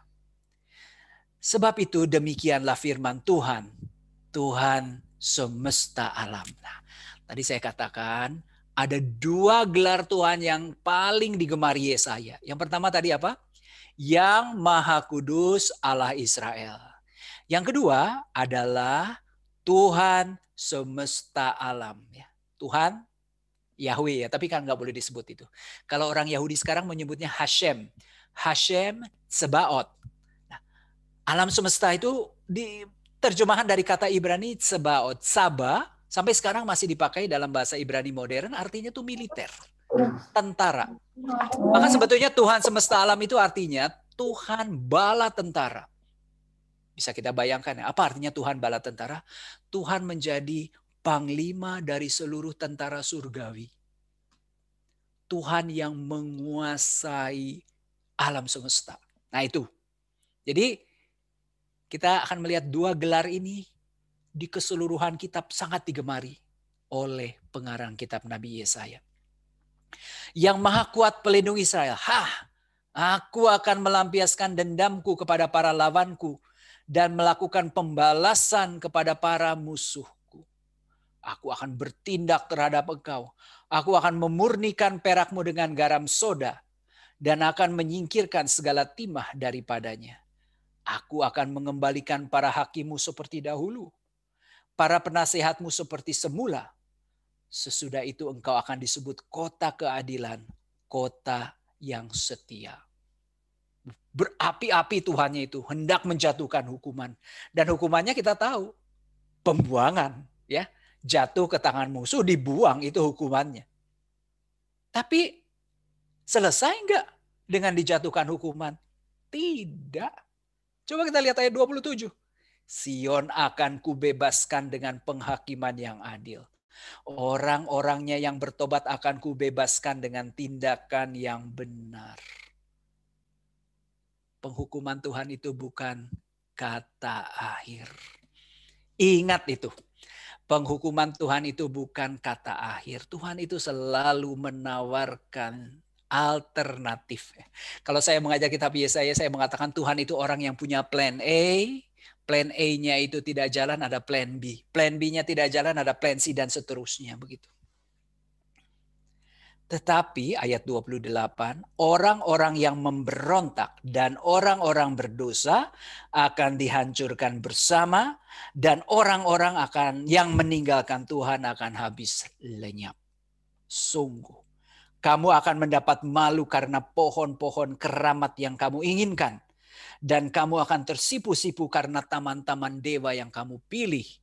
Sebab kamu akan seperti pohon keramat yang daunnya layu, seperti kebun yang kekurangan air. Maka yang kuat menjadi seolah-olah kapas. Pekerjaannya menjadi seolah-olah bunga api. Keduanya menimbulkan api dan tidak ada yang dapat memadamkan. Bu Bapak sekalian, ini adalah kecaman dari Tuhan kepada bangsa Yahudi yang gemar menyembah berhala. Kamu kan demen banget lihat pohon-pohon keramat, ya kan? Taman-taman dewa, tugu-tugu berhala, tiang-tiang berhala. Suatu saat mereka akan membuat kamu malu. Kenapa? Karena ketika musuh itu menyerang dan menghancurkan kamu, mereka bisa bantu apa? Sedangkan saya yang selalu setia, kata Tuhan, mendampingi kamu, kamu lupakan. Nanti kamu sekuat apapun sekarang. Ya di zaman Uzia kan militernya kuat. Nanti jadi seolah-olah kapas, kamu hancur. Semua pekerjaan yang sudah disiapkan, yang membangun menara, membangun kebun-kebun anggur, kota-kota kubu dan lain-lain, nanti jadi api, itu dibakar semuanya. Nah saudara, kalau kita lihat sekarang kita bisa mengambil kesimpulan. Kitab Nabi Yesaya tidak pernah disusun secara kronologis. Kita akan melihat sekali bahwa kitab Nabi Yesaya di awal itu berbicara tentang apa? Tentang hukuman, yaitu pembuangan. Pembuangannya sudah terjadi. Ditaruh di awal. Jadi jangan sekali-kali menganggap kitab Yesaya ini kitab yang kronologis ya. Meskipun seolah-olah kronologis, akan tetapi sebetulnya di sini kita akan melihat meloncat-loncat itu. Dari sebelum pembuangan, pembuangan, sesudah pembuangan, terus meloncat-loncat. Baik, sekarang kita lanjutkan dengan bab 2. Coba lihat ya. Judulnya Sion sebagai pusat kerajaan damai. Dan kita tahu Sion adalah Yerusalem. Di bab 1 berapi-api Allah itu sang nabi menubuatkan hukuman terhadap Yerusalem. Yerusalem itu akan menjadi kota yang dikepung musuh, kota yang diserang oleh musuh dan segala macam. Di bab 2 lain ceritanya. Di bab 2 Sion sebagai pusat kerajaan damai. Sekali lagi kan ya, Allah itu selalu dua sisi yang kita lihat dalam kitab suci. Allah yang maha adil, oleh sebab itu dia harus memberikan keadilan dengan menjatuhkan hukuman kepada orang-orang yang bersalah. Di lain pihak, Allah adalah Allah yang maha rahim, yang selalu menawarkan keselamatan kepada manusia yang bertobat. Baik, sekarang kita baca bab 2 ayat 1 sampai dengan ayat 5. Firman yang dinyatakan kepada Yesaya bin Amoz tentang Yehuda dan Yerusalem akan terjadi pada hari-hari yang terakhir. Nah, ingat ya, kalau di dalam kitab Nabi, terutama di kitab Nabi Yesaya yang hari ini kita pelajari, kita menemukan kata hari Tuhan atau hari yang terakhir. Jangan sekali-kali mengasosiasikan dengan akhir zaman. Karena Nabi itu berbicara dalam konteks sejarah. Artinya, hari-hari terakhir adalah hari-hari di mana ancaman hukuman yang berasal dari Tuhan itu akan direalisasikan. Nah kalau ini, hari yang terakhir itu justru kebalikannya. Hari di mana Allah akan kembali memulihkan Yerusalem. Gunung tempat rumah Tuhan, kita tahu ya, Yerusalem, Gunung Moria, akan berdiri tegak di hulu gunung-gunung dan menjulang tinggi di atas bukit-bukit. Segala bangsa akan berduyun-duyun ke sana, Dan banyak suku bangsa akan pergi serta berkata, mari kita naik ke gunung Tuhan, ke rumah Allah Yakub, supaya ia mengajar kita tentang jalan-jalannya, dan supaya kita berjalan menempuhnya. Sebab dari Sion akan keluar pengajaran dan firman Tuhan dari Yerusalem. Bayangkan, di bab 1, Sion itu akan menjadi kota yang dinajiskan karena dikepung musuh, dibakar menjadi api, dihancurkan, dan lain-lain. Di bab 2, nada berbeda. Sion akan menjadi kota yang berdiri tegak dan dihormati oleh segala bangsa di dunia ini. Maka segala bangsa akan berduyun-duyun menuju Yerusalem. Mari kita naik ke gunung Tuhan. Kenapa? Ada 2 alasan. Nomor 1, di bab 2 ayat 3, supaya ia mengajar tentang jalan-jalannya. Berarti di Yerusalem manusia, apapun bangsanya, akan belajar tentang jalan Tuhan. Yang kedua, sebab dari Sion akan keluar pengajaran dan firman Tuhan. Jadi saudara, Yerusalem akan menjadi tempat di mana manusia menemukan sabda Allah yang sejati. Luar biasa. Itulah sebabnya Sion ini akan berdiri tegak begitu menjulang tinggi sehingga dikagumi oleh berbagai bangsa. Ayat 4 nih menarik. Ia akan menjadi hakim antara bangsa-bangsa dan akan menjadi wasit bagi banyak suku bangsa. Maka mereka akan menempa pedang-pedangnya menjadi mata bajak dan tombak-tombaknya menjadi pisau pemangkas. Bangsa tidak akan lagi mengangkat pedang terhadap bangsa dan mereka tidak akan lagi belajar berperang. Hai keturunan Yakub, mari kita berjalan di dalam terang Tuhan. Nah saudara, tadi kita lihat ya. Teks bab 2 ini, Yesaya bab 2 ini mirip sejajar dengan Mika bab 4 ayat 1 sampai dengan 5. Kalau ada teks itu yang mirip sekali, ada 2 kemungkinan. Mika menyalin Yesaya atau Yesaya menyalin Mika. Kalau kita lihat Mika itu jauh lebih panjang, kemungkinan besar Yesaya ini lebih asli. Maka kemungkinan besar Mika menyalin dari Yesaya. Kemungkinan lain, baik Yesaya maupun Mika mengutip dari sumber yang lain. Hari-hari terakhir, seperti saya katakan, adalah hari-hari perubahan dari keadaan hukuman ke keadaan keselamatan atau sebaliknya. Dari keadaan keselamatan ke keadaan hukuman. Yerusalem ini akan menjulang tinggi karena Tuhan akan menyatakan dirinya. Dan hal ini akan menjadi perhatian bagi segala bangsa.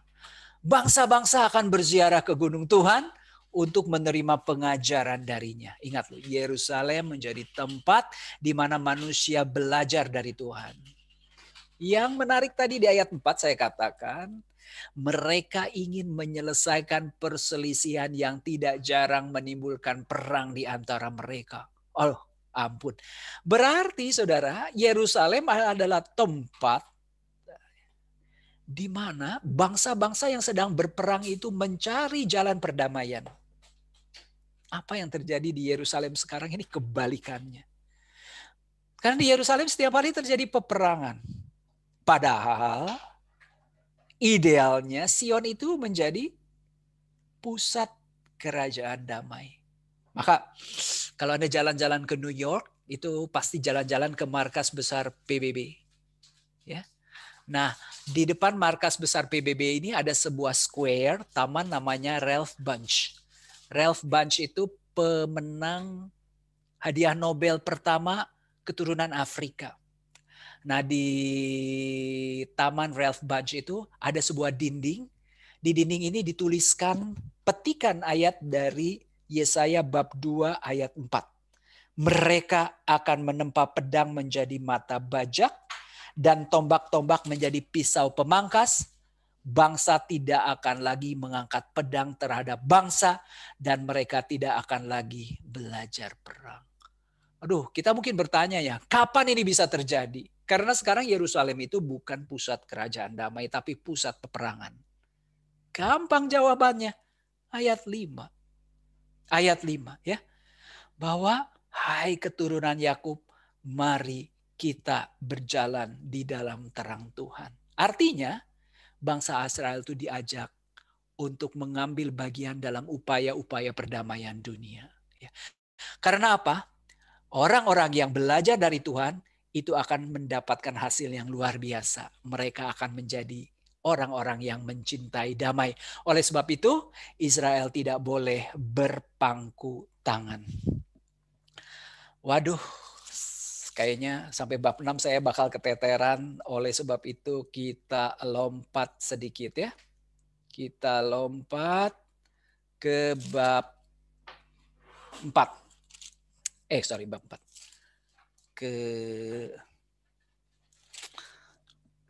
Kita lompat dulu ke bab 3. Bab 3 ayat 1.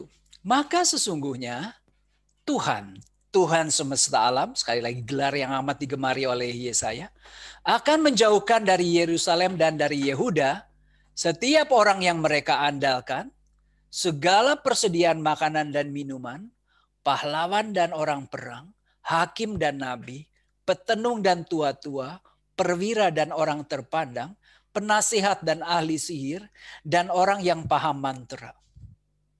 Artinya saudara, selama ini Yerusalem dan Yehuda mengandalkan orang-orang tertentu. Ya kan? Pahlawan lah, orang perang lah, hakim lah, nabi lah, penasehat, tua-tua, perwira, orang terpandang, dan lain-lain. Mereka juga mengandalkan kekuatan logistik, persediaan makanan dan minuman. Kata Tuhan, semua ini saya ambil hari ini. Sebagai gantinya, ayat 4. Aku akan mengangkat pemuda-pemuda menjadi pemimpin mereka dan anak-anak akan memerintah atas mereka. Ampun, anak-anak dan bocah-bocah yang belum tahu apa-apa, belum berpengalaman kok menjadi pemimpin.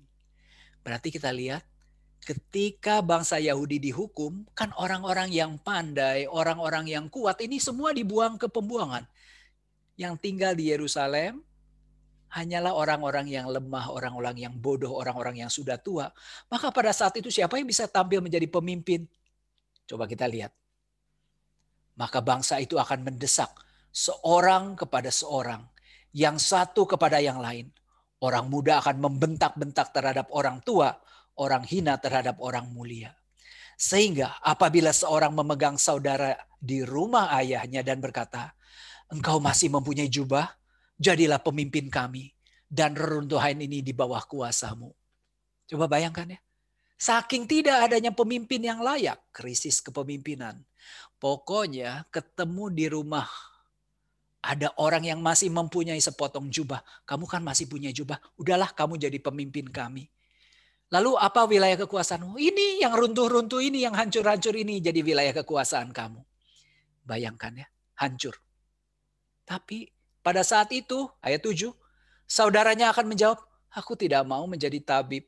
Di rumahku tidak ada roti, tidak ada jubah. Jangan aku angkat aku menjadi pemimpin bangsa.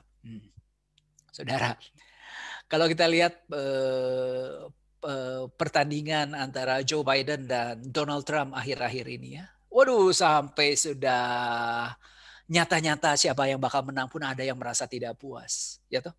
Karena setiap orang ini menjadi pemimpin. Ya wajar yang dipimpin negara Amerika Serikat yang begitu makmur.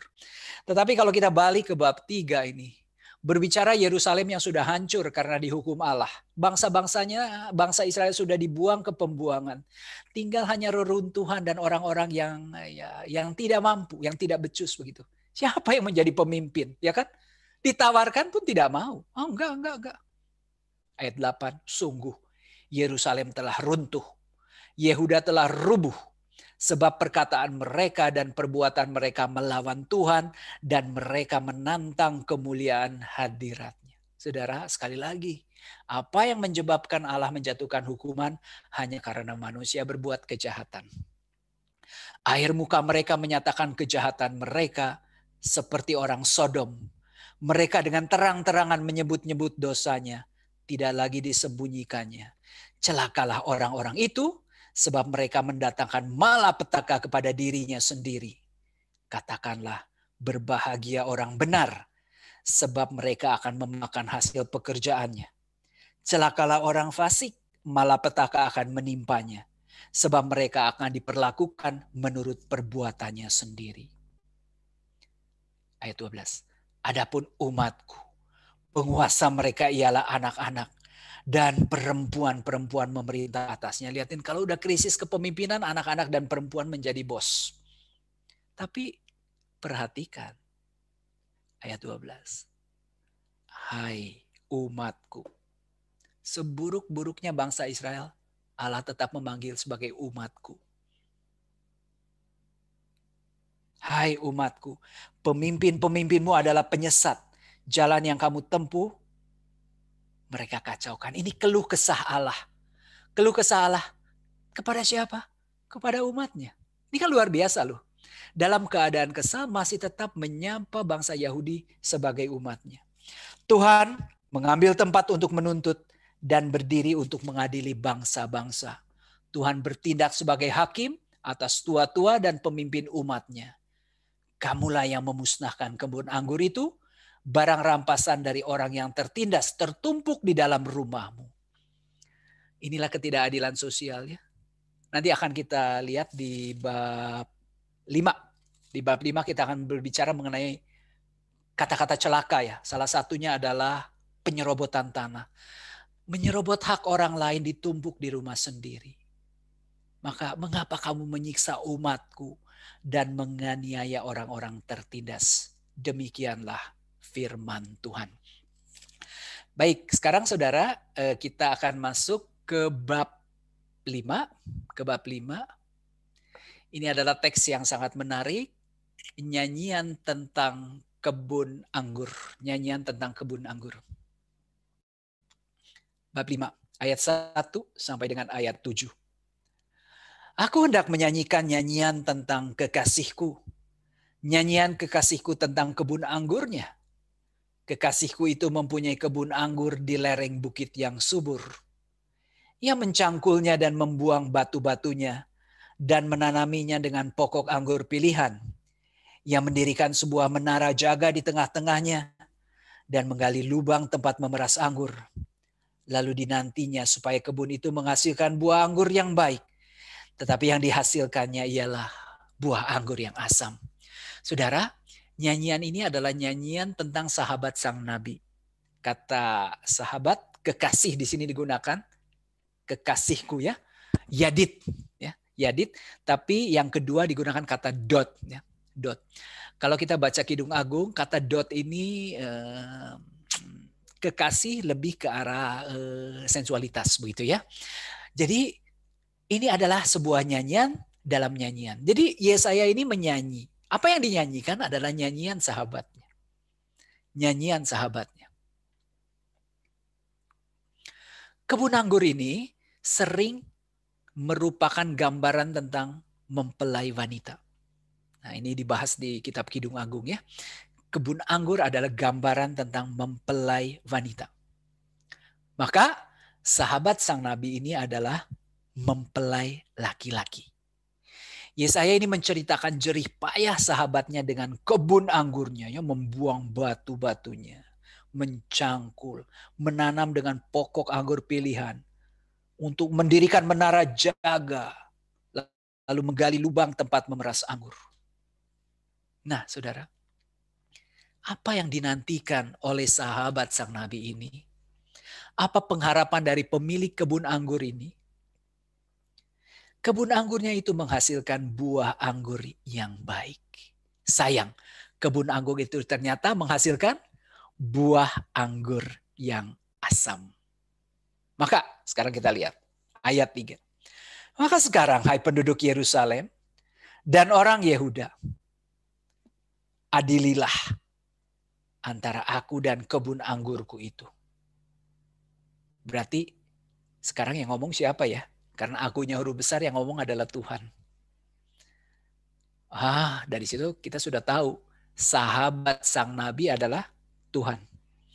Apatah yang harus kuperbuat untuk kebun anggurku itu yang belum kuperbuat kepadanya? Aku menanti supaya dihasilkannya buah anggur yang baik.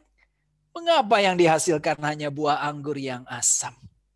Maka sekarang aku mau memberitahukan kepadamu apa yang hendak kulakukan kepada kebun anggurku itu. Apa keputusan sahabat Yesaya?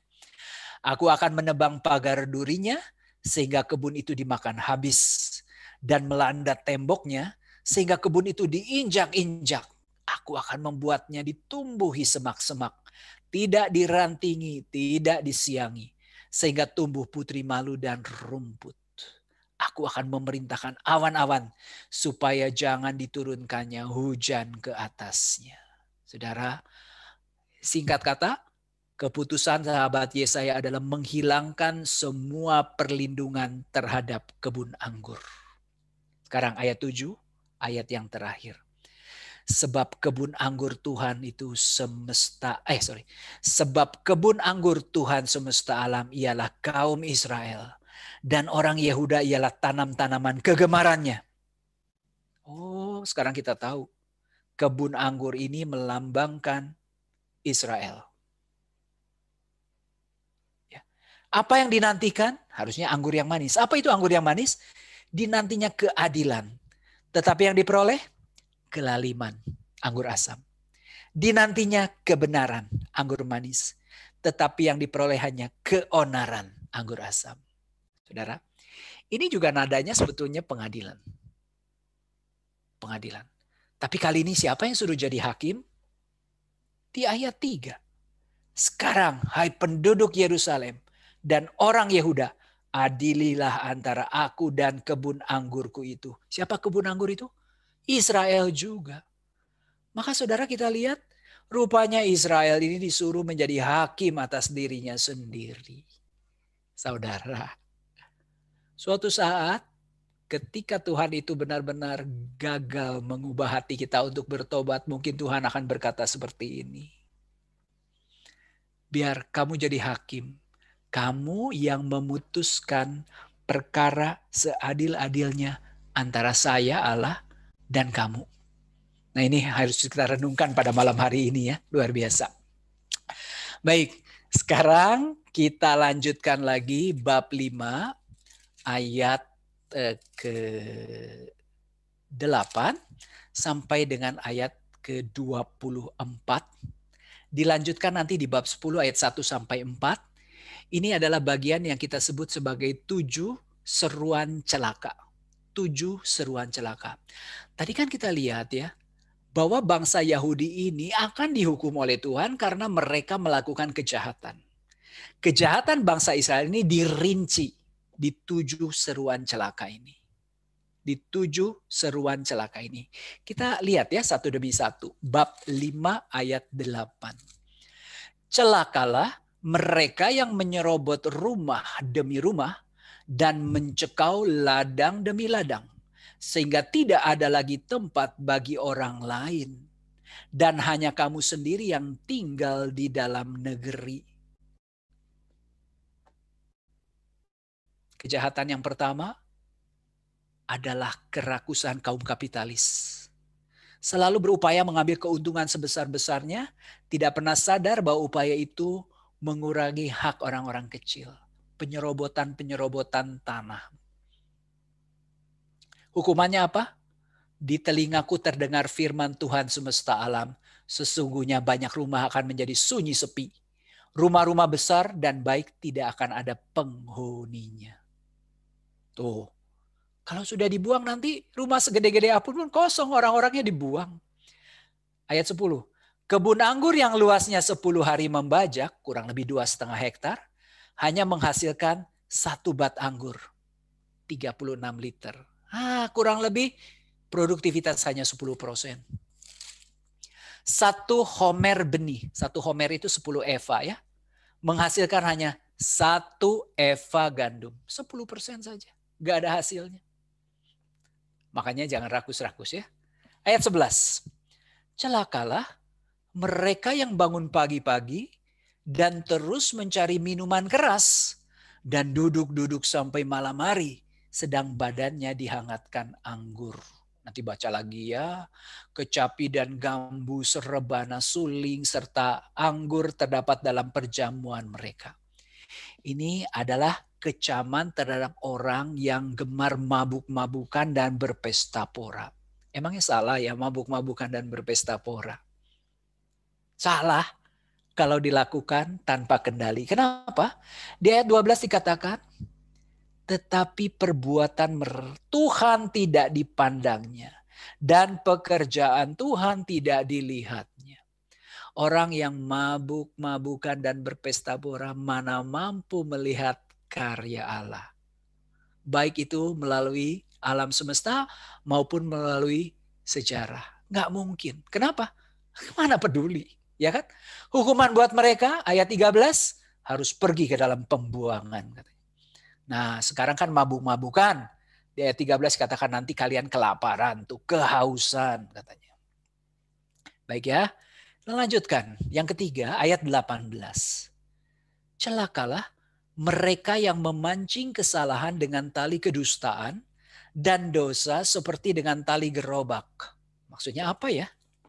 Ada kesalahan di bawah nih. Sengaja dipancing dengan tali. Ada dosa, malah ditarik pakai tali gerobak. Artinya apa? Kesalahan dan dosa ini justru diperhebat, dipercepat begitu. Buat apa sih? Coba kita lihat. Ayat 19-nya yang berkata, baiklah Allah lekas-lekas dan cepat-cepat melakukan tindakannya, supaya kita lihat, dan baiklah keputusan yang Maha Kudus Allah Israel datang mendekat, supaya kita tahu. Kurang ajar kan ya? Karena Nabi ini kan selalu mengatakan, kamu itu jahat, makanya kamu akan dihukum. Lalu orang-orang itu begini sama Yesaya. Coba mau lihat hukumannya apa? Kalian bertobat? Enggak, kita akan tambah jahat. Kalau kita tambah jahat kan hukuman ini makin cepat datang karena kita mau tahu hukumannya apa. Ini di Amos juga sama nadanya seperti itu ya. Makanya di Amos dikatakan celakalah orang yang menginginkan hari Tuhan. Kenapa? Karena ngenyek, menghina hari Tuhan. Apa sih hari Tuhan? Ya, hari Tuhan apa sih? Cepet deh datang, saya mau lihat gitu ya. Itu ayat yang celaka yang ketiga. Celaka yang keempat, bab 5 ayat 20. Celakalah mereka yang menyebut kejahatan itu baik dan kebaikan itu jahat. Yang mengubah kegelapan menjadi terang dan terang menjadi kegelapan. Yang mengubah pahit menjadi manis dan manis menjadi pahit. Ini dilanjutkan lagi di ayat 23.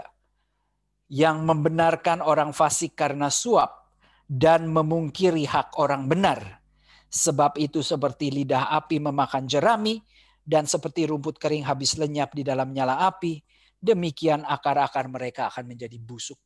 Saudara, ini celaka yang keempat. Celaka yang keempat itu adalah orang-orang yang membela kebenaran demi uang. Suap, KKN. Maka kalau uang itu berbicara, gelap jadi terang, terang jadi gelap. Pahit jadi manis, manis jadi pahit. Hukuman buat mereka, mati. Seperti jerami dimakan api. Ya kan? Seperti rumput kering dimasukkan ke dalam nyala api. Dan seterusnya. Saudara, kita lihat celaka yang kelima sekarang. Di ayat 21. Celakalah mereka yang memandang diri bijaksana. Yang menganggap dirinya pintar. Siapa ya itu ya? Paling gampang. Siapa sih yang memandang dirinya bijaksana dan menganggap dirinya pintar? Pada zaman itu tentu saja adalah orang-orang yang menjadi penasehat raja. Maka kadang-kadang Nabi itu kalah dengan mereka. Raja lebih percaya kepada penasehat-penasehatnya. Siapa sih mereka ini? Ya, kalau sekarang para politikus. Memandang diri bijaksana, menganggap diri pintar. Pada saat itu Nabi bilang apa ditolak. Nabi bilang apa ditolak, salah. Nggak benar, apalagi ketika hendak menentukan kebijaksanaan, melakukan koalisi dengan bangsa asing atau tidak, begitu ya. Baik. Saudara, celaka yang keenam, celakalah mereka yang menjadi jago minum dan juara mencampur minuman keras. Nah, ini satu hal yang mungkin akan Anda tolak ya.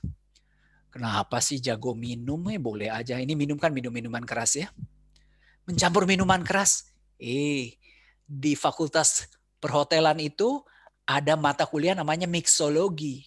Orang itu belajar supaya bisa mencampur minuman keras. Emang salah? Hati-hati membaca teks ini, ya. Karena teks ini dibuat secara eliptik, ya. Eliptik itu artinya ada sesuatu yang harus kita pahami dari cara penyampaiannya. Jadi gini, kalau dikatakan jago minum, itu emang orang yang jago? Tidak. Dia jago cuman dalam hal minum. Ya kan? Dia juara. Juara apa? Cuman mencampur minuman keras. Begitu. Orang-orang seperti ini adalah orang-orang yang biasanya sombong, menyombongkan diri. Jago, saya jago. Padahal cuma jago minum. Ya. Baik, saudara, kita lihat celaka yang ke-7 di bab 10 ayat 1. Celakalah mereka yang menentukan ketetapan-ketetapan yang tidak adil dan mereka yang mengeluarkan keputusan-keputusan kelaliman. Untuk menghalang-halangi orang yang lemah mendapat keadilan, untuk merebut hak orang-orang sengsara di antara umatku, supaya mereka dapat merampas milik janda-janda dan menyarah anak-anak yatim. Nah, saudara, Yesaya itu kan menjadi nabi Allah dan harus mewartakan penghukuman Allah. Kenapa bangsa Israel harus dihukum? Karena mereka melakukan kejahatan. Dan kejahatan ini dirunci dengan begitu manisnya di dalam 7 seruan celaka ini. Dan kalau kita lihat, ternyata Yesaya ini adalah Yesaya ini adalah nabi yang benar-benar gencar melakukan kritik sosial. Karena ini semuanya masalah-masalah sosial yang dikritik oleh Yesaya. Mungkin Anda akan bertanya pada saya, kenapa sih Pak dari bab 5 loncat ke bab 10? Ini pasti ada satu pertanyaan, ya. Coba lihat sekarang di bab 5 ayat 25. Bab 5 ayat 25. Di situ judulnya bangsa asing sebagai alat murka. Bangsa asing sebagai alat murka. Lihat, di ayat 25 ada referen loh. Sekalipun semuanya ini terjadi, murkanya belum surut dan tangannya masih teracung. Ada ucapan seperti itu, ya. Nah, sekarang buka bab 9. Bab 9 mulai ayat 7. Judulnya apa? Murka Tuhan terhadap Efraim.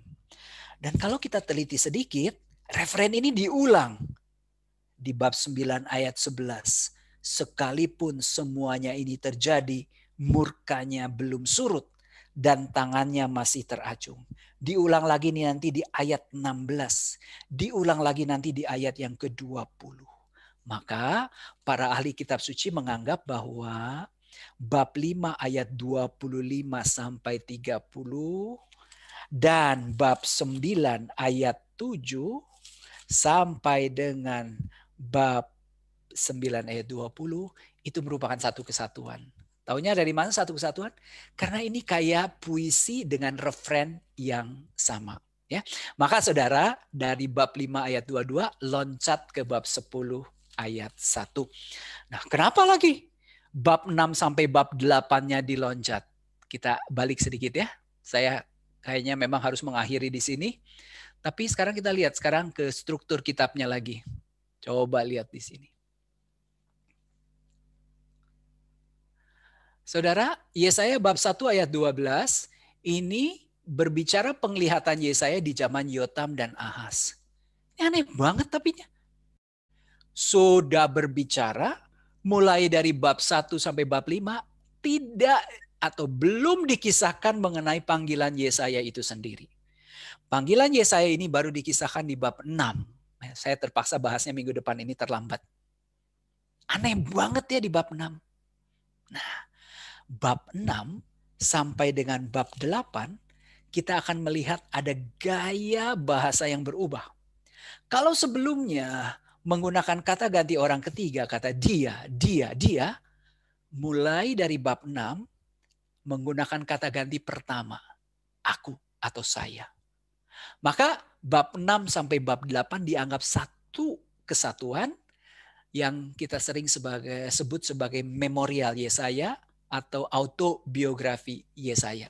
Nah, disitulah dia menceritakan pengalamannya dia panggil oleh Allah menjadi nabi sampai hari di mana dia harus bersembunyi karena pewartaannya ditolak oleh bangsa Yahudi.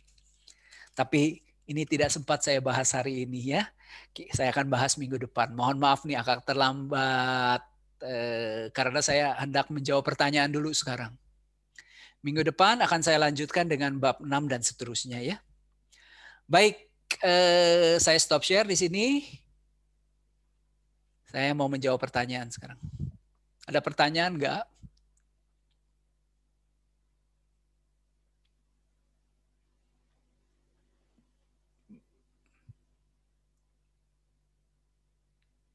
Pertanyaan.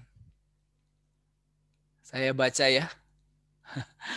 Pertanyaan pertama, bangsa Asyur zaman dulu adalah bangsa apa di zaman sekarang? Wow, susah banget. Yang jelas, bangsa yang ekspansif, bangsa yang gemar mencaplok tanah orang lain. Saya nggak tahu bangsa apa. Orang Samaria adalah suku apa di zaman sekarang? Saudara gini, ketika Samaria ini jatuh ke tangan bangsa Asyur, orang-orang Samaria itu dibuang ke Asyur. Sebaliknya, jajahan-jajahan Asyur lain itu ditaruh di Samaria. Maka Samaria itu menjadi tempat yang sangat ragam. Artinya orang-orang Israel ini kawin dan punya anak dengan orang-orang asing yang tinggal di Samaria. Maka orang Samaria adalah orang yang tidak asli. Orang campuran, blasteran ya. Suku apa di zaman sekarang? Anda jawab sendiri. Pertanyaan Eriko tadi sudah saya jawab. Nah, Bu Cindy, Tuhan yang kelihatannya sangat murka ini kan di PL ya. Sedangkan di PB kan ada Yesus yang menebus. Lalu apakah kita sekarang yang hidup di PB masih berlaku Allah yang hakim ini? Oh, tidak. Perjanjian lama itu menggambarkan Allah selalu dua sisi. Sisi pertama dia maha adil. Oleh sebab itu dia harus memberikan keadilan dengan menghukum orang-orang yang jahat. Di samping itu dia maha rahim. Harus memberikan pengampunan kepada orang yang bertobat. Sama Allah di perjanjian lama dan Allah di perjanjian baru. Ya, jangan sekali-kali mengatakan bahwa Allah di perjanjian lama berbeda dengan Allah di perjanjian baru. Allahnya sama, tentu saja kualitasnya sama ya. Selalu Allah yang memiliki dua sisi. Sekarang saya tanya balik. Kalau Anda menjadi orang yang ditindas, diperlakukan tidak adil, lalu Allah tidak menghukum orang yang melakukan kejahatan kepada Anda, Allah seperti apa itu? Karena Allah itu harus adil. Kalau adil berarti dia memberikan keadilan terhadap orang yang ditindas. Terus, panitia apakah nanti boleh minta materi? Sudah saya jawab ya. Pak, apa boleh tampil ulang celaka 1 sampai 5? Oh, nanti saya kirimkan ya pada pertemuan yang ketiga PowerPoint saya. Tenang saja ya. Yang jelas, celaka-celaka ini membahas secara rinci kejahatan yang dilakukan oleh bangsa Israel. Dan kejahatan ini terutama bersifat sosial. Maka Yesaya ini adalah nabi yang gencar mengkritik sosial ya. Terus. Selamat malam Pak Irhandi. Harapan Tuhan pada kita keadilan dan kebenaran. Seperti apa yang diharapkan Tuhan pada kita saat ini? Oh, jelas sekali di sini. Artinya apa? Keberpihakan terhadap orang-orang yang kecil, lemah, kaum marginal. Kaum marginal. Mau contoh yang lebih konkret? Di kondisi pandemi ini, siapa mereka? Gampang. Nomor 1. Orang-orang yang bekerja di garda depan merawat orang sakit. Ya kan? Orang-orang yang kehilangan mata pencaharian karena pandemi. Ojol, ya toh? Lalu pegawai-pegawai kontrakan. Nah, kasihan tuh semua. Nah, mereka yang tersihkan. Dia bisa berbuat sesuatu untuk mereka.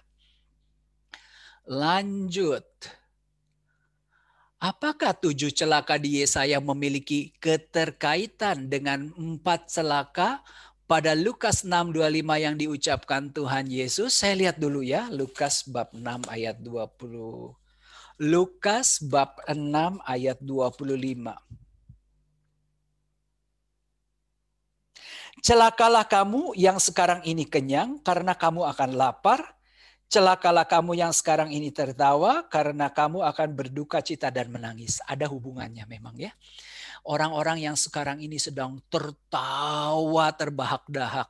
Karena apa? Karena berhasil memperdaya orang lain. Karena berhasil mengurangi hak orang lain. Kata Tuhan, sekarang kamu ketawa ya. Kenyang ketawa, nanti kamu akan menangis. Cocok Pak.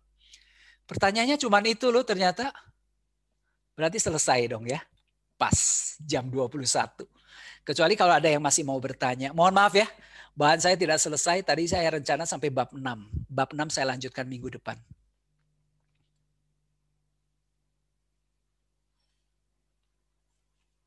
Pak Edwin, silakan.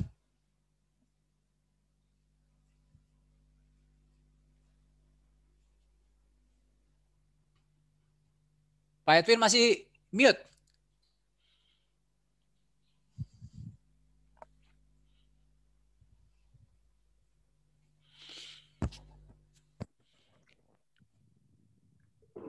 Ya, sekarang sudah nge-mute ya. Terima kasih pengajarannya Pak Irhandi. Akhirnya memang pengajaran yang menarik, selesai juga dibatasi dengan waktu. Mungkin sedikit saja sebelum saya mengakhiri acara malam ini. Acara malam ini kan sebenarnya baru pengajaran pertama dari 3 sesi yang direncanakan oleh tim KKS Yakobus. Jadi nanti pertemuan berikutnya adalah tanggal 18 dan 25 November, yaitu Rabu depan dan Rabu depannya lagi dalam waktu yang sama. Semoga Ibu Bapak dapat kembali bergabung dengan kita untuk pengajaran kedua dan ketiga, karena nanti setelah pengajaran ketiga kita akan menerima materinya, akan di-share nanti melalui kolom chat juga di sini. Pak, linknya masih sama untuk minggu depan ya? Kenapa Pak? Sorry. Linknya masih sama untuk minggu depan? Linknya masih sama Pak. Masih ya, oke. Masih sama ya. Mungkin sebelum kita tutup dengan doa, kita foto bersama dulu ya. Tunggu, saya yang akan memfoto. Di sini ada harus sekitar keluarkan dulu wajah-wajah cantik ya, dan gantengnya ya. Ya, Ibu Bapak dipersilakan untuk menyalakan videonya. Ada 8 slide, nanti saya akan hitung. Jadi ini sekarang slide yang pertama, 1, 2, 3. Sekarang slide yang kedua, 1, 2, 3. Sekarang slide yang ketiga, 1, 2, 3. Sekarang slide yang keempat, 1, 2, 3. Slide yang kelima, 1, 2, 3. Slide yang keenam, 1, 2, 3. Nah, ini slide yang terakhir, 1, 2, 3. Oke, sebelum kita akhiri, mungkin kita akan tutup dengan doa. Saya minta bantuan dari tim KKS Yakobus, Pak San atau Ibu Lucy mungkin bisa bantu. Halo? Oke, ya. Mari saya akan tutup pertemuan kita malam hari ini dengan doa. Mari kita satukan hati. Kita mau tutup pertemuan kita dalam nama Bapa dan Putra dan Roh Kudus. Amin. Bapa yang baik, kami mengucap syukur dan terima kasih pertemuan malam ini dapat diselenggarakan dengan baik. Tuhan, kami menyadari akan kelemahan-kelemahan kami. Semakin kami mendalami, kami menyadari semakin banyak firman-Mu yang belum kami pahami. Pelihara kami Tuhan untuk tetap setia dan rindu memahami firman-Mu. Berilah kami kesehatan yang baik, juga untuk Pak Irhandi sebagai narasumber kami. Supaya kami semua yang hadir pada malam hari ini diberi kesempatan untuk kembali bertemu dalam acara bekal dari Kerasulan Kitab Suci Paroki Kelapa Gading di hari Rabu minggu depan untuk melanjutkan pengajaran ini. Sebentar kami akan undur dari pertemuan ini. Sertai kami dalam istirahat malam ini dengan harapan keesokan hari kami dapat melanjutkan aktivitas kami dengan semangat baru. Ini semua kami mohonkan hanya kepadamu Tuhan kami Yesus Kristus yang bersama dengan Bapa dalam persekutuan dengan Roh Kudus, Allah sepanjang masa. Amin. Dalam nama Bapa dan Putra dan Roh Kudus. Amin.